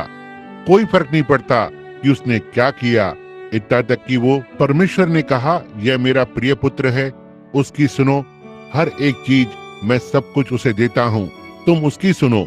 वे एक थे, वे वही एक थे, परमेश्वर उसमें रहता था, उसे परमेश्वर बनाता था। इमैनुअल धरती पर वो एक सिद्ध मेमना था। ओह, छुटकारे की सिद्ध सर्वोत्तम रचना। तब इसने परमेश्वर को प्रसन्न किया। बिल्कुल माइकल एंजेलो की तरह वह उसके जीवन से बहुत ही प्रेरित हुआ था। हम पाते हैं, मेरे पास यहाँ लिखे हुए वचन हैं, मरकुस 9:7। यदि आप इसे पढ़ना चाहते हैं, जब यह रूपांतर का पर्वत है, जब वह वहाँ रूपांतर पर्वत पर था, हम पाते हैं कि वहाँ मूसा प्रकट हुआ और वहाँ एलिया प्रकट हुआ। और फिर पहली बात जो आप जानते हैं, प्रेरित पतरस इतना प्रेरित हो गया, यहाँ तक उसने कहा, आओ हम यहाँ 3 आराधनालय बनाएं, हम इसमें से बस 3 संगठनाएं बनाएंगे, हम 3 संप्रदाय बनाएंगे, एक मूसा के लिए, एक एलिया के लिए और एक आपके लिए। जब वो बोल ही रहा था, उस बादल में से एक आवाज आई। इसने कहा, यह मेरा प्रिय पुत्र है, मैं उससे बहुत प्रसन्न हूँ, मैं उसे तुम्हारे लिए प्रहार करने जा रहा हूँ, उसकी सुनो। वह बोलने जा रहा है। वो हमारे ही अपराधों के कारण घायल किया गया था, वो हमारे अधर्म के कारण कुचला गया। वो एक मेमना था, परमेश्वर का मेमना, सिद्ध बलिदान। उसके समान कभी भी कोई नहीं जिया, ना ही तब से लेकर कभी उसके जैसा कोई जिया है। वो सिद्ध सर्वोत्तम रचना थी जो परमेश्वर के वचन से बिल्कुल मेल खाती थी। परमेश्वर ने आरंभ में अपने वचन को दिया, समय के इस भाग के लिए एक, उस भाग के लिए, उस भाग के लिए एक हिस्सा। यही है जहाँ मनुष्य आज इतने भरमाए हुए और उलझे हुए हैं। वे किसी चीज पर बनाने की कोशिश कर रहे हैं जो 40-50 वर्ष पहले घटित हुई थी। यह उस युग के लिए दिया गया था। हनोक के संदेश को लेकर मूसा के आने से क्या लाभ होता, नूह के संदेश को लेकर मूसा के आने से क्या लाभ होता, मूसा का संदेश लेकर आने से यीशु को क्या लाभ होता। देखा। और वेस्ली के लिए क्या लाभ होगा कि लूथर के संदेश के साथ आए। पेंटिकॉस्ट को क्या लाभ होगा कि वेस्ली के संदेश के साथ आए। देखा मेरा क्या मतलब है। यह सब यहाँ बाइबल में लिखा हुआ है और हमें युग को और घड़ी को जानना है और हमारे लिए क्या है। और यही है जहाँ हम आज असफल हो रहे हैं। हम बाइबल को छोड़ सब कुछ पढ़ रहे हैं। यही वो दिन है जिसमें हमें रहना चाहिए। यह वो दिन है जहाँ परमेश्वर ने हमें यहाँ पर रखा है। आइए वचन में देखें। इसी तरह से वे यीशु को देखने से चूक जाते हैं। वे फरीसी और सदुकी, हेरोदियन, उस दिन के विभिन्न संगठनाओं ने इसे इतना निर्धारित कर लिया था और पूरी तरह से पक्का कर लिया था कि उन्होंने सोचा कि बचने का कोई रास्ता ही नहीं था। लेकिन जब वो आता है, वो पूरी तरह से वो उन सभी से भिन्न था जो उन्होंने सोचा था। वो एक छोटी सी उम्र का नम्र व्यक्ति था जो चरनी में जन्मा था, एक अवैध बालक, और इस तरह की सारी चीजें माना जाता था। लेकिन फिर भी वो ठीक उसी तरह आया जैसे वचनों में कहा गया था कि वो आएगा। और जो मूसा ने कहा था वे उस बात से परिचित थे और मूसा ने उसके विषय में बोला था। उसने कहा, तो ठीक है, यदि तुम मूसा को जानते तो तुम मुझे भी जानते। मूसा ने मेरे विषय में कहा। और फिर भी वे इसे नहीं देख पाए, बस अपने रीति रिवाजों में इतने उलझे हुए थे, इतना तक कि वे इसे नहीं देख पाए। लेकिन आप देखते हैं, वह उस दिन के उन संगठनों को प्रतिबिंबित करने के लिए नहीं आया था। वो सांप्रदायिक धर्म को प्रतिबिंबित करने के लिए नहीं आया था। वो पिता को प्रतिबिंबित करने के लिए आया और पिता वचन था। आमीन। अब मैं बहुत ही धार्मिक अनुभव कर रहा हूँ। वो पिता के वचन को प्रतिबिंबित करने के लिए आया था। परमेश्वर ने कहा कि वो वहाँ पर होगा और वहाँ वो था। परमेश्वर की महान हाथ की बनाई हुई सिद्ध सर्वोत्तम रचना। ओह प्रभु, वो उसका सिद्ध प्रतिबिंब था। उसने हर एक चीज को प्रतिबिंबित किया जिसके विषय में परमेश्वर ने बोला था। उसने प्रतिबिंबित किया जो आदम ने उसके विषय में कहा। उसने उन सारे भविष्यवक्ताओं ने, सारे धर्म प्रधानों ने जो उसके विषय में कहा था, उसे प्रतिबिंब किया। हर एक चीज जो उसने कही वो उस वचन का पूरा होना था। सारे प्रतीक उसमें पूरे हुए थे। जी हाँ, वो नए नियम का यहोवा बन गया। वो पुराने नियम का यहोवा था। वो वचन उस समय पर जो अग्नि के स्तंभ में था प्रकट हुआ और हमारे बीच में वास किया। पुराने नियम का यहोवा नए नियम का यीशु बन गया। वो परमेश्वर का एक सिद्ध प्रतिबिंब था। ओह, यदि आज कलीसिया उस पहली कलीसिया को प्रतिबिंबित कर सके जब पवित्र आत्मा पेंटिकॉस्ट के दिन पर उतरा, यदि वो मसीही आज प्रतिबिंब कर सके, हम एक मिलीजुली झुंड हैं जो वे थे। मैं वहां से होकर गुजरा। आज आते हुए मैं वहां देख रहा था, यहाँ आते हुए इन छोटे से कासा ग्रांडे में से एक के पास से या यहाँ इसमें से कुछ छोटे स्थानों में से मैंने देखा कि वहाँ एक कपास का खेत था और विभिन्न फलीदार पौधे। उन्हें वहाँ पवन चक्कियों को लगाना पड़ता था जिससे कि पानी को पंप करे, जिससे कि इसे जीवित रखे। क्यों? यह वहाँ नहीं होना चाहिए, निश्चय ही नहीं। लेकिन उस पुराने कैक्टस या कटीले पौधे को देखो, यह 5 वर्षों तक बारिश नहीं होती है तो यह जीवित रहेगा, और इसमें आप कुछ दिनों के लिए पानी डालने से चूक जाते हैं और ये मर जाएगा। आप देखिए, यह मूल नहीं है। इसी तरह से हम हैं। हमें बच्चों की तरह पाला पोसा जाता था। कलीसिया में महत्वपूर्ण व्यक्ति बनाया जाता है, हमें थपथपाया जाता है, हमें इस नाम से, उस नाम से या अन्य नाम से बुलाया जाता है। तो वे आरंभ के मसीही लोग मजबूत थे। उन्होंने परवाह नहीं की कि किसने उनकी पीठ थपथपाई। उन्होंने यीशु मसीह को इतना प्रतिबिंबित किया कि उन्होंने ध्यान दिया कि वे अशिक्षित और अनपढ़ थे। वे हाई स्कूल में नहीं गए और उनके पास कॉलेज की डिग्री नहीं थी, लेकिन उन्होंने ध्यान दिया कि वे यीशु के साथ रहे थे। यही है जिसकी उन्हें आवश्यकता है। आज मसीह लोग, वे ध्यान दें कि आप यीशु के साथ रहे हैं। आपके बारे में कुछ तो है जो भिन्न है। मैं जानता हूँ कि ऐसा नहीं है। ये कहना एक अलोकप्रिय बात है, लेकिन हम लोकप्रियता के लिए नहीं देख रहे हैं। मसीही लोग किसी आसान बात की ओर नहीं देख रहे हैं। वर्षों पहले मेरी कलीसिया में एक बूढ़ी बहन खड़ी होकर और गीत गाया करती थी, अवश्य ही मुझे स्वर्ग में घर ले जाया जाएगा, आराम के फूलों के बिस्तर पर। जबकि दूसरों ने पुरस्कार जीतने के लिए संघर्ष किया और लहूलुहान समुद्र में से होते हुए पार किया। नहीं, मुझे अवश्य ही लड़ना चाहिए यदि मुझे राज्य करना ही है। आप सोचते हैं कि आप क्या करेंगे यदि आप यहाँ पर होते थे और हर एक चीज यीशु मसीह के विरोध में होती थी। यदि आप उसके दिनों में रहे होते, आप वहाँ जी रहे हो। मेरे भाइयों बहनों, ये सही है, वह अभी भी वचन ही है। देखो वे किस तरह से आज इस पर रौंद कर चल रहे हैं। देखिए कैसे वे इसे संगठित करने का यत्न कर रहे हैं और इसे एक कर रहे हैं, और इस प्रकार की हर एक चीज संसार के साथ एक कर रहे हैं। वहाँ खड़े हो जाओ, यीशु मसीह और उसके वचन के लिए अपना पक्ष लें। कोई भी चीज इसमें रुकावट ना आने दो। ठीक इसके साथ बने रहें। जैसे वो पुराना चीन देश का कपड़ा धोने वाला जो वर्षों पहले यहाँ एरिजोना और कैलिफोर्निया आया करता था, वो अंग्रेजी का एक शब्द भी नहीं लिख सकता था। वो शायद ही इसे जानता था। आप अपने कपड़े धोने को उसके पास ले जाते, आप जानते हैं कि वो क्या करता है। उसके पास कागज के छोटे छोटे टुकड़े होते थे, उस पर कुछ भी नहीं लिखा होता था। वो बस उस कागज के टुकड़े को फाड़ कर और आपको एक टुकड़ा दे देता। जब आप वापस आते हैं तो उस कागज के टुकड़े को उसके कागज के टुकड़े से मेल खाना होता था, या तो आपको अपने धुले हुए कपड़े नहीं मिलते थे। यह पूरी तरह से बेहतर बात है। आप एक नाम की नकल कर सकते हैं, लेकिन आप उसे वहाँ मूर्ख नहीं बना पाएंगे, क्योंकि उस कागज के टुकड़े को उसके कागज के टुकड़े के साथ बिल्कुल मेल खाना होता है। इसी तरह से परमेश्वर ने अपनी वाचा भी बांधी है। हमारा अनुभव किसी संस्था से मेल नहीं खाता है, किसी मत सिद्धांत से, किसी कलीसिया संप्रदाय से, लेकिन इसे परमेश्वर के वचन के साथ मेल खाना है जो यीशु मसीह है। तो ठीक है, जब हम मसीह के पास आते हैं तब मसीह हमें दावा करता है, उसने उसे कलवरी पर 2 टुकड़ों में फाड़ दिया। इसके एक भाग को उसने ऊपर उठा लिया और अपने दाहिने हाथ पर बैठाया, जो कि देह थी।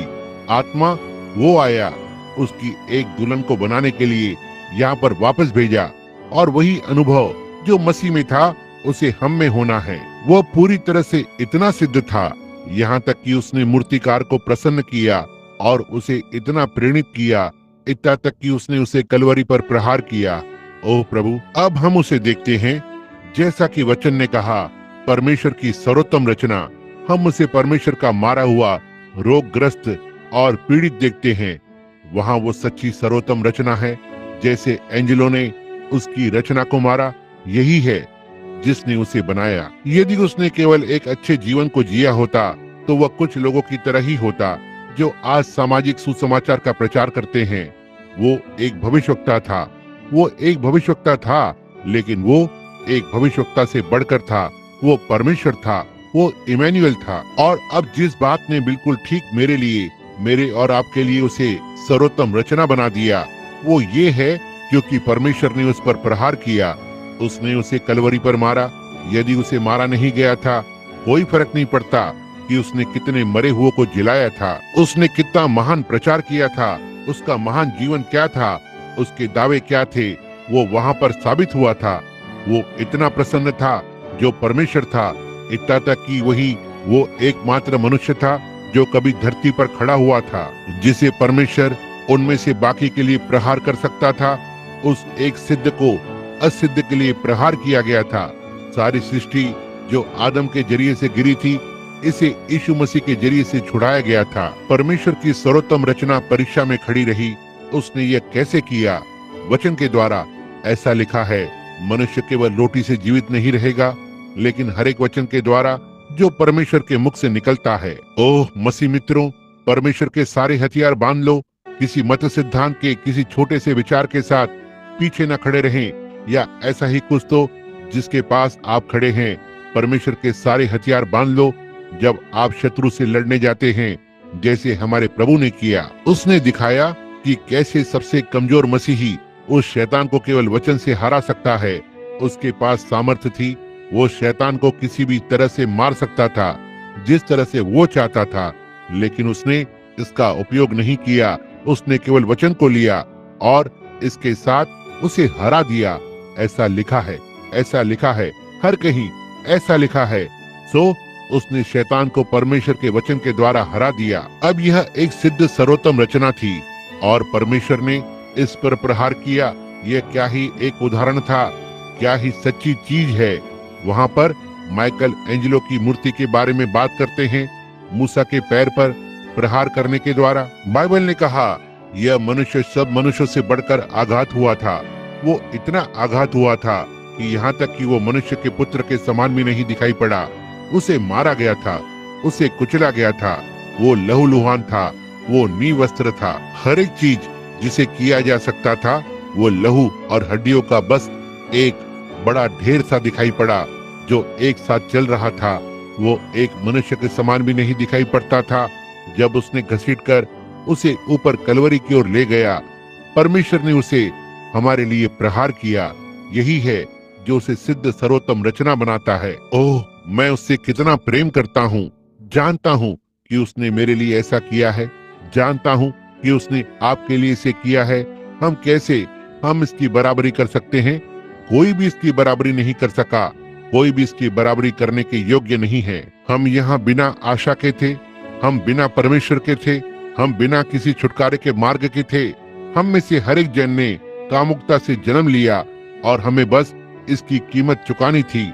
लेकिन वो आया, वो एक सिद्ध और इतना प्रसन्न था, इतना तक कि परमेश्वर ने उसे आपके लिए और मेरे लिए प्रहार किया। अब लगभग 2000 वर्षों से परमेश्वर उसे एक सर्वोत्तम रचना दुल्हन को बनाने का यत्न कर रहा है, जिसे एक कलीसिया कहा गया। ये सही है।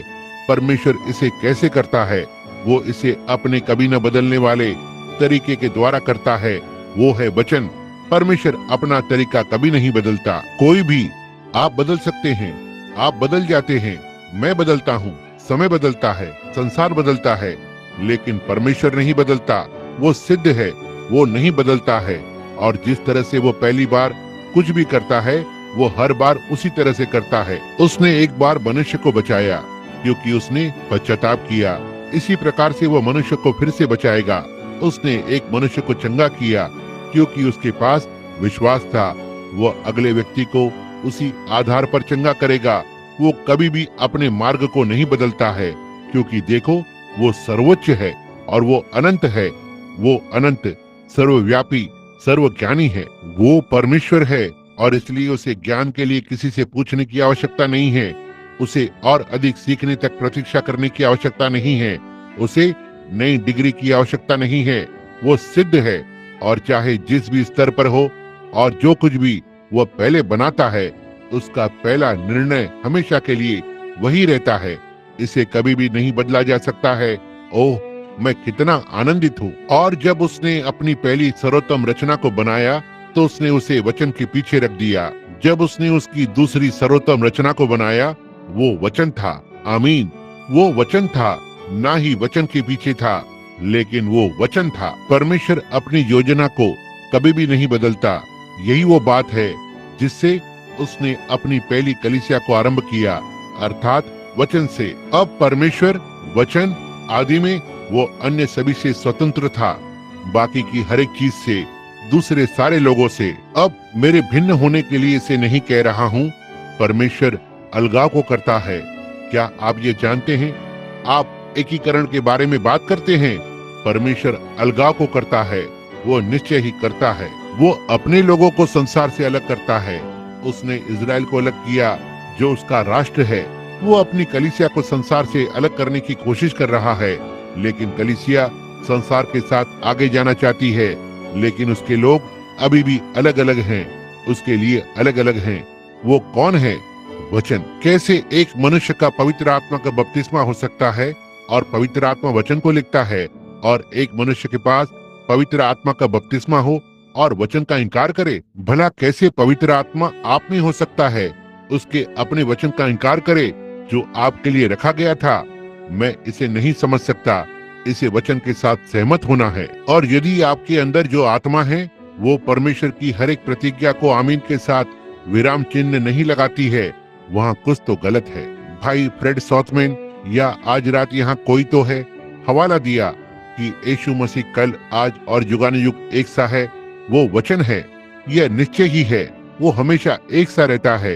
देखो, और आपकी आत्मा को आमीन देकर विराम चिन्ह लगाना होगा। ओह, वो एक तरह से वो है, हर प्रकार से वो कल, आज और युगानुयुग एक सा है। अब हम ध्यान देते हैं कि परमेश्वर ने उसे मसीह के लिए एक दुल्हन बनाना आरंभ किया। और दुल्हन को अवश्य ही उसके साथ और उसी में पहचाना जाना चाहिए, क्योंकि यह उसी का भाग है। अब दुल्हन उसका भाग है, वो उसका भाग है। उस दिन के लिए वचन, दुल्हन उस वचन का भाग बन जाती है, क्योंकि यह मसीह है। अब आप ये विश्वास करते हैं? हमें मसीह में होना है। मसीह में हमें मसीह का होना है।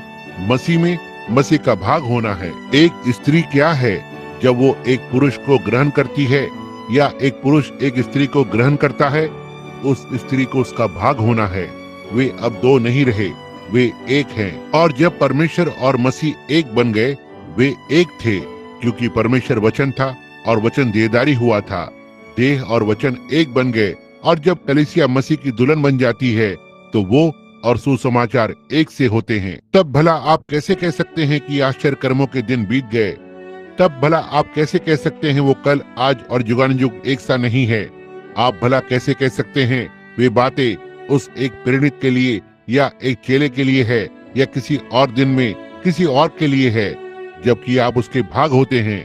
जब उसने कहा आकाश और धरती टल जाएंगे, लेकिन मेरा वचन कभी भी असफल नहीं होगा। प्रकाशित वाक्य 22 के विषय में क्या है? जब उसने किताब को लिखकर पूरा किया, उसने कहा, मैं गवाही देता हूँ कि यदि कोई मनुष्य एक शब्द भी जोड़े या इसमें से एक वचन को निकालेगा, तो उसका भाग जीवन की किताब से निकाल दिया जाएगा। हम कैसे स्वर्ग में होने जा रहे हैं? फिर यह कहें, खैर मैं इसका विश्वास करता हूँ, लेकिन मैं इसका विश्वास नहीं करता। आपको पूरा वचन होना होगा, क्योंकि आप उसके भाग हैं।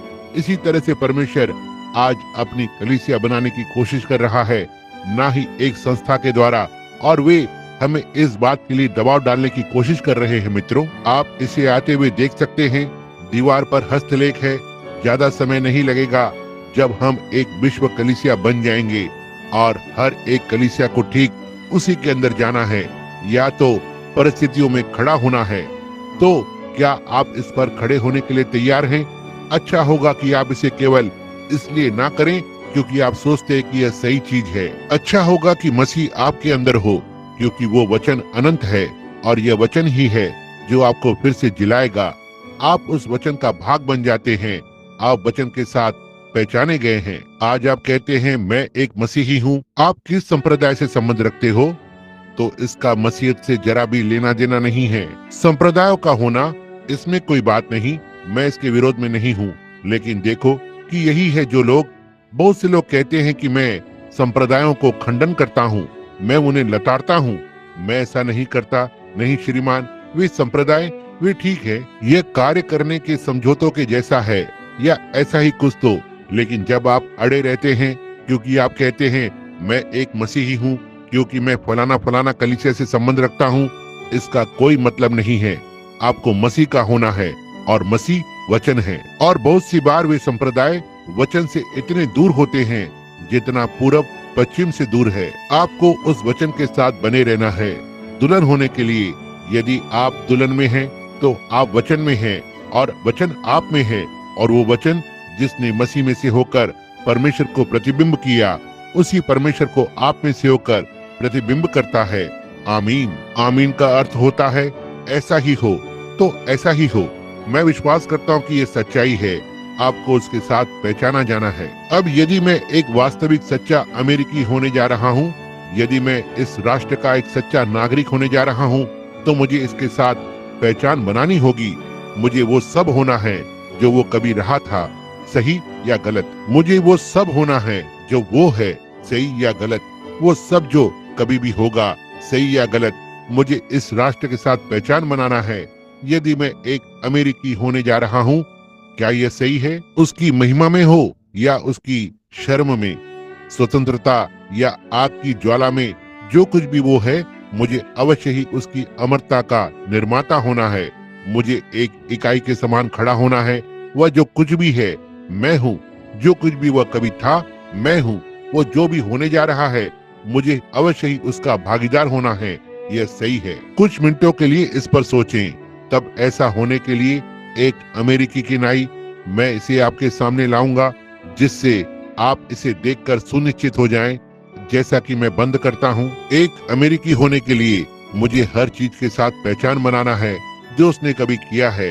फिर मैं उन पूर्वजों के साथ प्लायमाउथ रॉक पर उतरा। मैं मुसाफिरों के साथ प्लायमाउथ रॉक पर था। मैं वहां उनके साथ था। मैं एक रात पॉल रेवरे के साथ सवार हुआ। इस राष्ट्र को उसके खतरों से चेतावनी देने के लिए मुझे होना ही था, यदि मैं अमेरिकी था। आप कहते हैं, ओह भाई ब्रैनम, एक मिनट रुकिए। बाइबल ने कहा इब्रानियों के 7वें अध्याय में कि लेवी जिसने दशमांश को लिया, दशमांश दिया भी था, क्योंकि वह अब्राहम की देह में था जब अब्राहम ने मलकीसेदेक से भेंट की थी, जो उसका परदादा था, और यह उसके लिए गिना गया था जब उसका पर पोता उसकी देह में था। जब अब्राहम ने मलकीसेदेक को दशमांश दिया, परमेश्वर ने उसे नियत किया। क्या उसने ऐसा किया? यह सही बात है। यह राष्ट्र जो कुछ भी है मैं हूँ, यह सही है। सो मैं प्लायमाउथ रॉक पर उतरा। मैं पॉल रेवरे के साथ सवार हुआ। मैंने वैली फोर्ज को पार किया। मैं उस बर्फीली नदी पर जॉर्ज वॉशिंगटन के साथ था। मैं उन अमेरिकी सैनिकों में से एक था जिनके पास कोई जूते नहीं थे कि ब्रिटिश के विरुद्ध कूच कर सके। उस सुबह जब मैंने अपने पैरों को लपेटा तो मेरे पैर ठंडे हो गए। मैंने वॉशिंगटन को जंगल से बाहर आते देखा, गीले होकर उसकी कमर तक। सारी रात प्रार्थना करने से मैं वहां पर था जब यह बात घटित हुई। मैं स्टोनवेल जैक्सन के साथ खड़ा था जब विरोध बहुत ही अधिक था। जब उत्तरी सेना को वहां भेजा गया तो उन्होंने कहा सारी सेना पीछे हट गई है। कहा जैक्सन कहां पर है? कहा वो पत्थर की दीवार के समान खड़ा हुआ है। मैं वहां पर उसके साथ खड़ा था। छोटा नाटे कद का व्यक्ति, नीली आंखों वाला। उन्होंने एक बार उससे पूछा, आप कैसे सामना कर सकते हैं जब विरोध इतना बड़ा है? बहुत ही नम्र व्यक्ति, उसने अपने जूते को जोर से पटका, इस तरह से कहा, मैं कभी भी अपने मुंह में पानी को नहीं डालता जब तक कि मैं सर्वशक्तिमान परमेश्वर का धन्यवाद न करूं। मैं उसके दृढ़ विश्वास में उसके साथ खड़ा था। मैं स्टोनवेल जैक्सन के साथ खड़ा था। यह सही है। मैं बोस्टन चाय की पार्टी में था। मैंने उस ब्रिटिश चाय में से कुछ चाय को समुद्र में फेंकने में सहायता की। मुझे करना था अमेरिकन होने के लिए। जी हाँ श्रीमान, जी हाँ श्रीमान। मैंने स्वतंत्रता की घोषणा पर थॉमस जेफरसन के साथ हस्ताक्षर किए। मैंने 4 जुलाई 1776 को आजादी की घंटी को बजाया। मैं क्रांतिकारी के लिए उसकी लज्जा में पहचाना गया।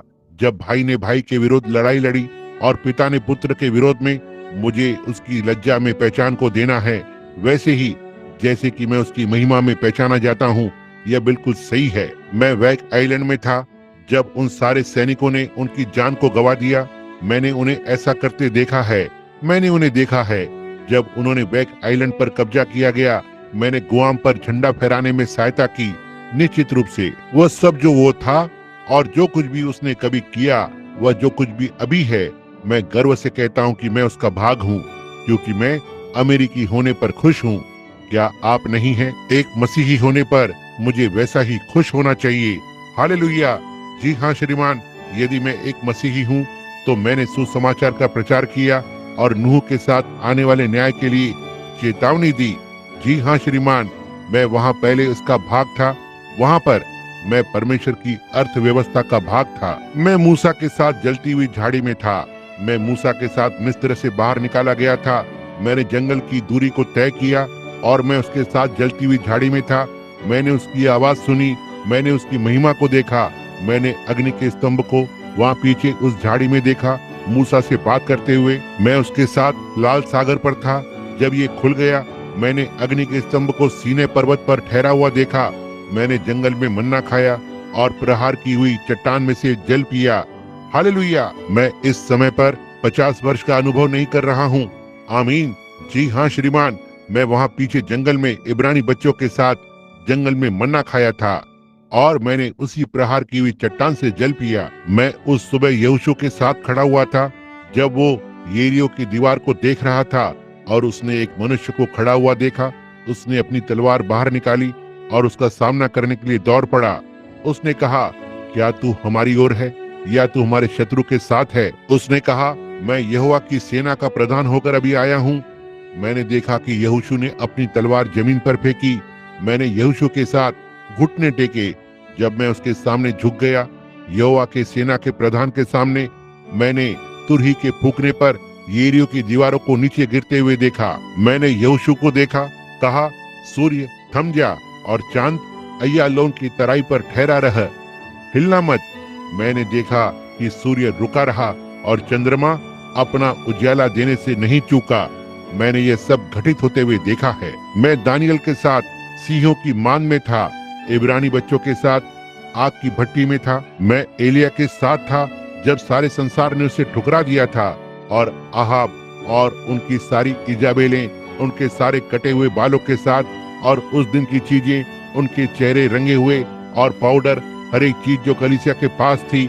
मैं एलिया के साथ खड़ा हुआ, परमेश्वर के वचन पर शुद्ध और साफ संदेश को दावे के साथ कहा। हालेलुया। मैं उसके साथ कारमेल पर्वत पर रुका रहा जब वो वहाँ पर अकेला खड़ा हुआ था।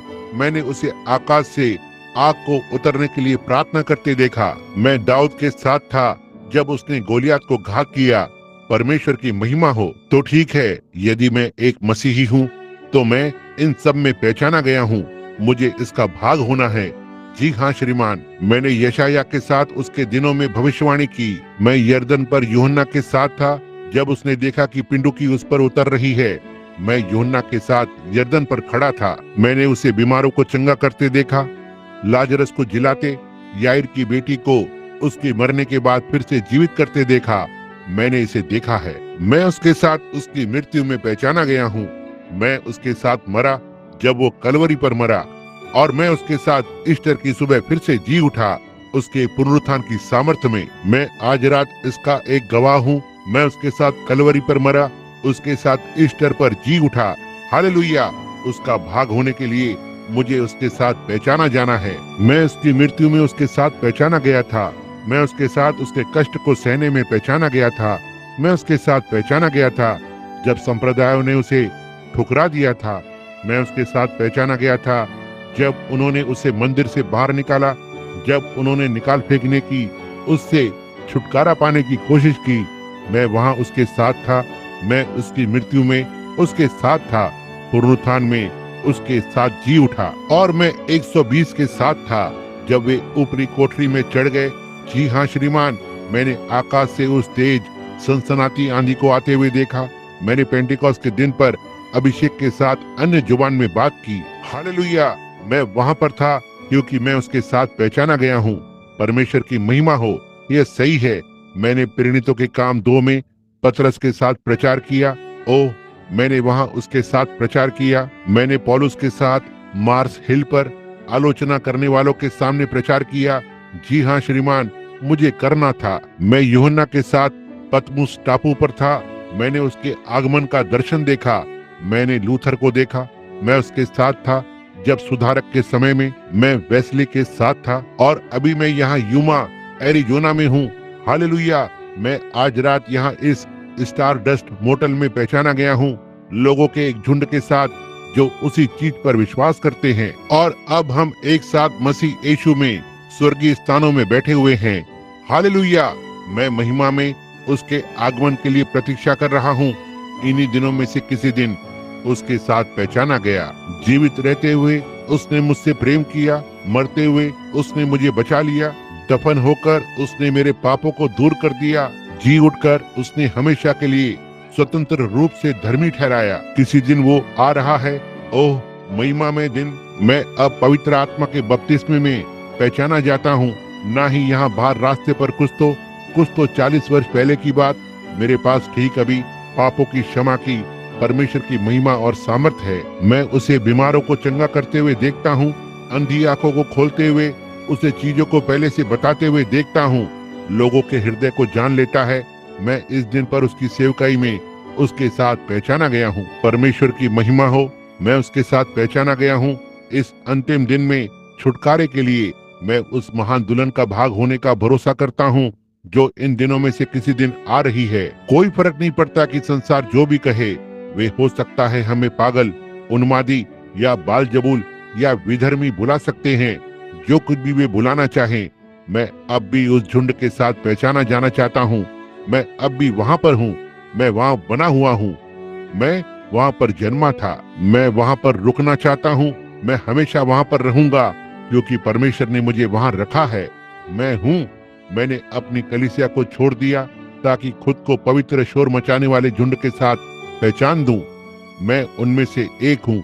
मैं उनके साथ पहचाना गया हूँ। वे कहते हैं, बिली, तुमने अपना दिमाग खो दिया है। हो सकता है मैंने खो दिया, लेकिन मैंने मसीह के मन को पाया है। मैंने उसका वचन पाया है, उसकी उपस्थिति को पाया है कि वो कल, आज और युगानुयुग एक सा है। कौन परवाह करता है कि कोई और इसके बारे में क्या सोचता है? यह मैं हूँ। मैं ही वो एक हूँ जिसे मेरी पहचान को बनाना है। मैं परमेश्वर के वचन के द्वारा उसके साथ पहचाना जाता हूँ। उसने कहा, ये चिन्ह उनके पीछे पीछे जाएंगे जो विश्वास करते हैं। मैं खुश हूँ कि इसमें पहचाना जाता हूँ। जी हाँ श्रीमान, आप जानते हैं वो बूढ़ा वायलिन बजाने वाला, एक बार आपने कहानी को सुना होगा। उनके पास एक पुराना वायलिन था और इसे नीलामी के लिए रख दिया। वे इसे बेचना चाहते थे और किसी ने भी इसे नहीं खरीदना चाहा। उन्होंने कहा, कौन इसका $1 देगा? कौन $1.5 देगा? अंत में बोली लग रही है। एक बार बोली लग रही है, 2 बार $1.5। अंत में एक बूढ़ा सफेद बालों वाला व्यक्ति श्रोतागणों में से बाहर निकला। आप कहानी को जानते हैं। इसे ऊपर उठाया, कहा, मुझे इसे बजाने दो। उसके वायलिन की तार पर कमान को रखा और उस पर कुछ स्वर बजाए। लोग रोने लगे। उनके चेहरे पर इस प्रकार से आंसू बहने लगे। और जब वे रोने लगे, नीलाम करने वाले ने फिर से ऊपर उठाया, कहा, कौन इस एक की बोली लगाएगा? कहा, $1000, 2000, 5000। अंतर क्या था? वो गुरु, वो जो इसे जानता था, वो जिसने इसे बनाया, वो जानता था कि जो इसमें था, इसमें से उस चीज को कैसे बाहर लाना है। और जब तक हम अपनी कलीसियाओं को संस्थाओं और संप्रदायों में से बाहर लाने की कोशिश करते हैं, हम इसे कभी नहीं कर पाएंगे। मनुष्य जाति के बनाने वाले को करने दो, जिसने मनुष्य को अपने स्वरूप में बनाया, जो उसी चीज के लिए उसे दुल्हन बना रहा है। एक बार पवित्र आत्मा का कमान इस वचन को एक बार आपके हृदय में उतारने दो और यह हमारा सबसे अच्छा उदाहरण बनेगा। कोई फर्क नहीं पड़ता कि आप कितनी बड़ी कलीसियाओं में जाते हैं, और वहाँ किताब में कितने नाम हैं। यह यीशु मसीह के लिए सारी कलीसियाओं, संप्रदायों और मत सिद्धांतों और दुनिया की कलीसियाओं और संगठनों से अधिक करेगा। वो एक दुल्हन को बना रहा है। जी हाँ श्रीमान, वो अब उन टुकड़ों को काट छाट रहा है, संसार को काट छाट कर निकाल रहा है। ओ, कलीसिया से जुड़ना और संस्थाएं और संप्रदाय और मत सिद्धांत सभी को कलीसिया से काट कर अलग करना होगा। उनके औपचारिक विचारों को, उनकी निरपेक्षता, उनके मत सिद्धांत और इत्यादि वापस आकर और उस गुरु को कमान को उठाने दो। गुरु आपको आपके हाथों में उठाने दो, वचन को लेने दो, कहने दो यीशु मसीह कल, आज और युगानुयुग एक सा है। कहे आमीन। प्रभु मुझे बनाओ, मुझे साँचे में ढालो, मुझे बनाओ प्रभु, मुझे जो होना चाहिए। तब वहाँ एक भिन्न बात होगी। तब यदि मैं धरती पर से ऊपर उठाया जाऊं तो मैं सारे मनुष्यों को अपनी ओर खींच लूंगा। जी हाँ श्रीमान, वो अब आपको काट छाट रहा है, आपको केवल उसके वचन से काट छाट रहा है। सारे संस्थाओं और मत सिद्धांत और हर एक चीज को आपसे काट कर दूर कर रहा है। पुत्र के लिए दुल्हन को वापस लाने की कोशिश कर रहा है। एक और सर्वोत्तम रचना, वचन का भाग, वो वचन। यीशु उस स्थान को नहीं ले सकता था। आपको याद है जब उन्होंने उस दिन किताब में पढ़ा था, उसने भविष्यवाणी के कुछ ही भाग को पढ़ा, बाकी के भाग को अंतिम दिनों के लिए छोड़ दिया। हमें उस भाग को लेना चाहिए। तो आप देखना, उसने अलग किया, कलीसिया को अलग करना चाहता है, ठीक वैसे ही जैसे उसने पुत्र को अलग किया, जैसे उसने दूल्हा और दुल्हन को अलग किया। उसकी दुल्हन होने के लिए आपको अवश्य ही उसका भाग होना है। ना ही संस्था का भाग, ना ही कलीसिया का भाग, ना ही संप्रदाय का भाग, लेकिन उसका भाग किसी भी अन्य प्रकार के रूप में काट छाट करके निकाला गया काम नहीं करेगा। आपको वचन से काटा छाटा जाना है, संसार को आपसे काटा जाता है और केवल वचन को छोड़कर जो केवल आप में रहता है। वो महान मूर्तिकार आप पर भरोसा कर रहा है कि आप खड़े होकर अपने आप को उसकी आवश्यकता के अनुसार ढलवाने की इच्छा रखते हो, जो उसका वचन मांग करता है। अंत के दिनों में मैं अपनी आत्मा को सारे देह पर उंडेलूंगा। तुम्हारे बेटे और बेटियां भविष्यवाणी करेंगे। मसीह देहधारी हुए वचन की पहचानी गई सर्वोत्तम रचना है। आपको उसी वचन के द्वारा खुद को पहचान देने के लिए कहा गया है, ताकि दुल्हन के लिए सर्वोत्तम रचना बने। अब भाइयों, परमेश्वर के पास तब एक सर्वोत्तम रचना थी संसार के सामने रखने के लिए। अब वो आज एक सर्वोत्तम रचना को चाहता है। क्या आप इच्छा को रखते हैं? क्या आप तैयार हैं मेरे मसीही मित्र? क्या आप वास्तव में निश्चित हैं कि आपका जीवन मसीह के लिए इतना प्रतिबिंब करता है? कोई फर्क नहीं पड़ता कि संसार क्या कहता है। वे कहते हैं तुमने अपना दिमाग खो दिया है, तुम पागल हो गए हो, तुम जाकर और पवित्र शोर मचाने वालों के झुंड से जुड़ गए हो। आप उस पर ध्यान न दें। यदि आप वास्तव में सही मायनों में बचाए नहीं गए हैं और उस देह में नहीं है और परमेश्वर का वचन आप में नहीं है और अपने आप को प्रतिबिंबित नहीं कर रहा है और मसीह का जीवन आप में से प्रतिबिंब नहीं हो रहा है, भाइयों बहनों, आप इस जोखिम को ना लेना। मैं परवाह नहीं करता कि आप क्या हैं, आपके पास किस तरह के अनुभव हैं। उस वचन को हर दिन आपके द्वारा प्रतिबिंबित होने दें, क्योंकि परमेश्वर इन अंतिम दिनों में अपने पुत्र यीशु मसीह के लिए एक दुल्हन को ला रहा है। आइए हम अपने सिरों को झुकाएं। प्रिय स्वर्गीय पिता, बुद्धिमान लोगों के झुंड के समक्ष इतने अशिष्ट तरीके से मेरी शिक्षा अपर्याप्त है। प्रभु, मैं प्रार्थना करता हूँ कि महान पवित्र आत्मा इन वचनों को लोगों के हृदय के अंदर डाल देगा, कि वे देखेंगे कि मेरा क्या मतलब था। यदि वे चीजों को काटने छाटने के मेरे तरीके को नहीं समझ पाए प्रभु, लेकिन मेरे हृदय में मैं देखता हूँ कि आप क्या करने की कोशिश कर रहे हैं। मैं विश्वास करता हूँ पिता, दुल्हन को अवश्य ही दूल्हे का भाग होना है। वह दूल्हे के समान होनी चाहिए, क्योंकि वो उसका भाग है। वो कभी भी उसकी दुल्हन नहीं हो सकती जब तक वो उसका भाग नहीं बन जाती। और यही आज वचन का एक भाग है जो कहता है कि वो कल, आज और युगानुयुग एक सा है। गेहूं का दाना जो कभी धरती पर जिया था और जमीन पर गिर पड़ा, उस दाने के समान ऊपर आया जो जमीन के अंदर गया था। और प्रभु, पेंटिकॉस्ट के दिन पर एक महान कलीसिया सामने आई। वहाँ पर गेहूं का एक और दाना आया, ताकि दूल्हा और अंतिम दिन के लिए एक दुल्हन बने। हमने पाया यह उसके लिए गिरा। 1000 वर्षों के लिए नीसिया परिषद से यह जमीन में सड़ते हुए पड़ा रहा। आलोचना करने वालों ने किताब को लिखा, मौन परमेश्वर यह छोटे बच्चों को मर जाने देता है और शेरों के द्वारा घात होने दिया और जलाए गए, और तलवार चलाने वालों ने मसीहों को शहीद कर दिया और उन्हें खूंटे पर जला दिया। यदि उस मनुष्य के पास केवल आत्मिक समझ होती थी, उस गेहूं को जमीन में सड़ना पड़ा, लेकिन वो फिर से उग आया, लेकिन उस समानता में नहीं जिस रूप में वो नीचे अंदर गया था। यह गेहूं के दाने की समानता में नीचे चला गया, लेकिन जब यह ऊपर आया तो इसमें कुछ छोटी पत्तियां होती हैं, जैसे कि छोटा सा गेहूं जो ऊपर आता है। अंत में यह बढ़ता गया, लूथर से जिंगली में और आगे और आगे, और अंत में एक कुंदनी या लटकन में आ जाता है। यह वेस्ली के दिनों में अपने आप में परिवर्तन आ गया, कुछ अधिक गेहूं के समान दिखाई दिया और पत्तियों की तुलना में और अधिक इसके जैसा दिखाई दिया। यह फिर से अपने आप में वापस आ रहा है। तब हम पाते हैं यह ऊपर आता है, एक दाना जो लगभग उस वास्तविक जैसा दिखाई देता है, और यदि आप केवल उठाकर और भूसी को खींचकर निकालेंगे तो आप पाएंगे कि गेहूं के पहले दाने में बिल्कुल भी दाना नहीं है। यह तो एक भूसी है, एक पत्ती है। प्रभु महान पेंटिकॉस्टल बेदारी जो आगे बढ़ी, इसे उसी तरह से होना था। प्रभु की गेहूं की रक्षा करे। जब यह आता है, इसके जाने के लिए कोई स्थान नहीं था। अब पिता, हम जानते हैं कि हम सारी चीजों को प्रकृति के द्वारा लेते हैं, क्योंकि आपने प्रकृति को बनाया है। आपने धरती को छुड़ाया। नूह के दिनों में प्रचार करने के बाद आपने इसका बपतिस्मा किया। आपने पुत्र के लहू को धरती पर गिराया ताकि इसे अपने आप के लिए पवित्र करें, और आने वाले महान युग में नवीनीकरण में आप इसे आग से जलाएंगे ताकि सारी संसारिक चीजों को जला दें, जैसे आप मसीह के साथ करते हैं।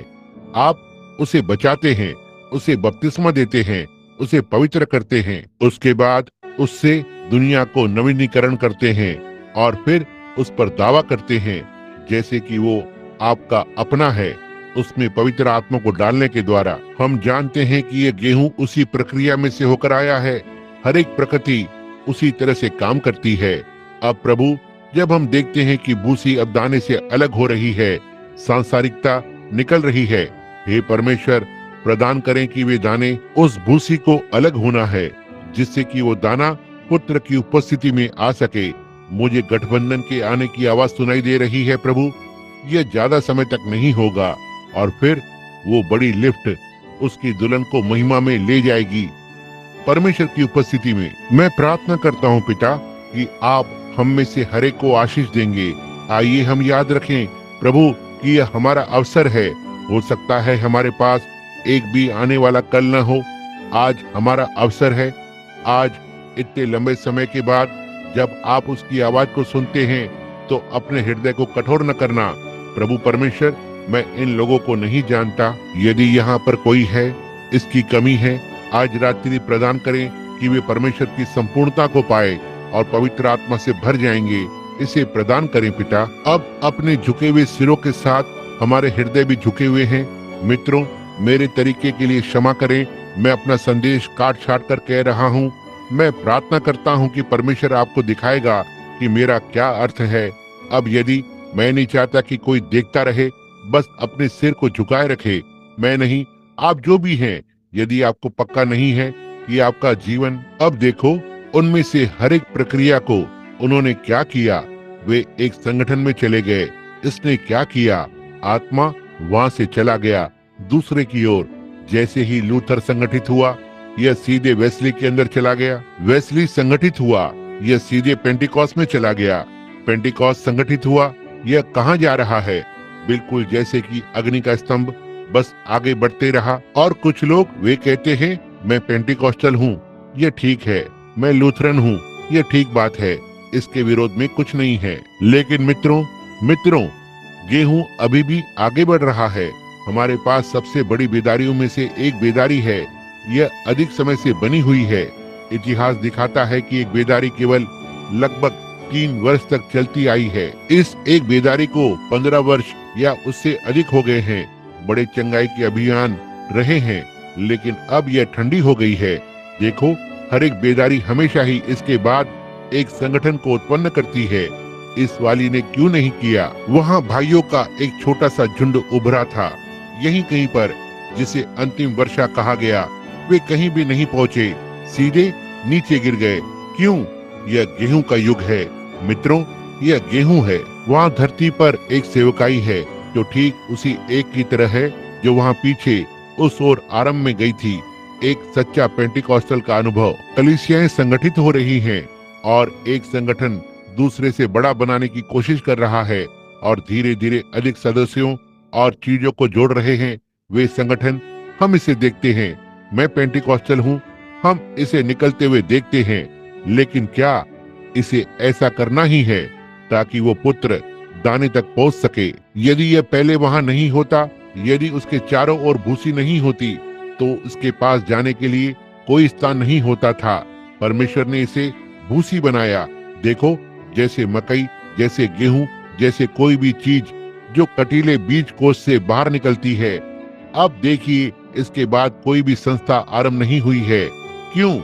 उस एक के लिए अब और समय नहीं है, हम अंत में हैं। और यदि आप ठीक वहीं पर नहीं हैं जहां आपको होना चाहिए, और आप कहते हैं भाई ब्रैनम, यदि परमेश्वर बीमारों के लिए आपकी प्रार्थना को सुनेगा, और मैंने सुना है कि प्रार्थना के उत्तर में प्रभु ने क्या किया है, और आपने सुना होगा कि आज दुनिया में अन्य लोग भी वे प्रार्थना कर रहे हैं। आप कहते हैं क्या आप मेरे लिए प्रार्थना करेंगे कि मैं उस अनुभव को ग्रहण करूं भाई ब्रैनम? मैं हो सकता है आपको फिर कभी नहीं मिल पाऊं, मैं हो सकता है आपको कभी नहीं देख सकूं, लेकिन प्रार्थना करें कि मैं वहां पर रहूं।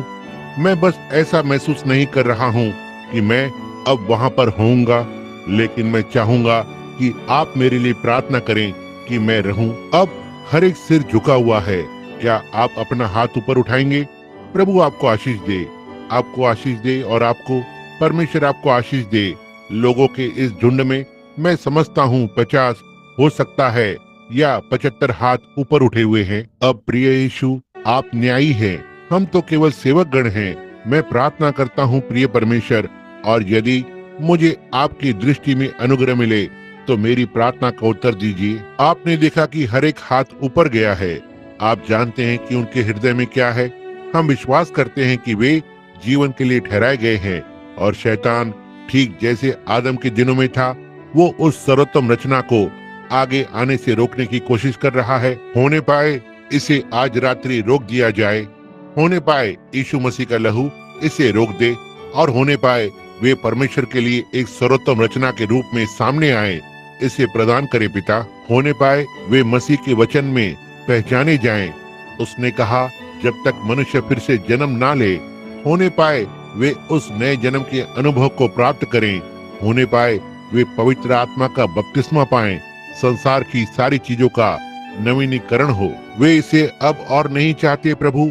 उस संसार को उनसे दूर करें और उन्हें लोगों के सामने एक सर्वोत्तम रचना के रूप में बाहर रखें। इसे प्रदान करें प्रभु कि आप इस बगीचे के समय के युग में यहाँ अंतिम दिनों में प्रसन्न हो सकें। इन पुरुषों और महिलाओं, लड़कों और लड़कियों की आपकी सर्वोत्तम रचना को प्रस्तुत करने के लिए जिन्होंने उनके हाथ को थामे रखा है, इसे प्रदान करें प्रभु। शहर में चल रही इस बेदारी को आशीषित करें। हे परमेश्वर, मैं प्रार्थना करता हूँ कि हर एक पुरुष और महिला जो आसपास है उस बेदारी में जाए, और होने पाए उनमें से हर एक जन पवित्र आत्मा से भर जाए, और होने पाए इस छोटे से शहर में से होते हुए एक पुराने चलन की बेदारी हो, यहाँ तक हर कहीं से लोग आ जाएं। इसे प्रदान करे प्रभु। पिता, हमें इन चीजों को देना, क्योंकि हम उन्हें यीशु के नाम में मांगते हैं। आमीन। मैं उससे प्रेम करता हूँ, मैं उससे प्रेम करता हूँ। क्या आप उससे प्रेम करते हैं? आप जानते हैं, पौलुस ने कहा, यदि मैं गाता हूँ तो मैं आत्मा में गाता हूँ। मैं सोचता हूँ मैं एक गायक बनने से बहुत दूर हूँ, लेकिन जरा सोचें एक साथ, क्या हम उस गीत को आरंभ नहीं कर सकते हैं? मैं उससे प्रेम करता हूँ। क्या आप हमें स्वर देंगी बहन? क्योंकि उसने पहले मुझसे प्रेम किया। आपने इसे सुना है? कितने इस गीत को जानते हैं? आइए देखते हैं आपका।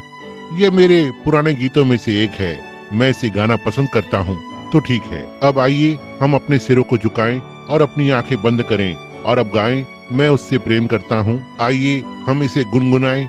किसी दिन मेघधनुष आकाश में फैला हुआ होगा, वहाँ तुरही की आवाज होगी, जो मसीह में मरे हुए हैं वे ऊपर आ जाएंगे। ओह, तब हम इसे किस तरह से चाहेंगे। यही है जहाँ पर वो हमारे लिए सर्वोत्तम रचना बन गया। अब याद रखें, सारी सर्वोत्तम रचनाएं, इससे पहले कि उन्हें कभी प्रसिद्धि के भवन में रखा जा सके, उन्हें पहले अपने आलोचकों के भवन में से होकर जाना होगा। आलोचकों को जांच करना होगा कि क्या वे इसकी आलोचना कर सकते हैं। लेकिन जब यह आलोचकों के सामने सफल होता है, तब इसे प्रसिद्धि के भवन में ले जाया जाता है। परमेश्वर का पुत्र हर संस्था के आलोचकों में से होकर निकला, संप्रदाय से। यहाँ तक कि पिलातुस ने कहा, मैं उसमें कोई दोष नहीं पाता।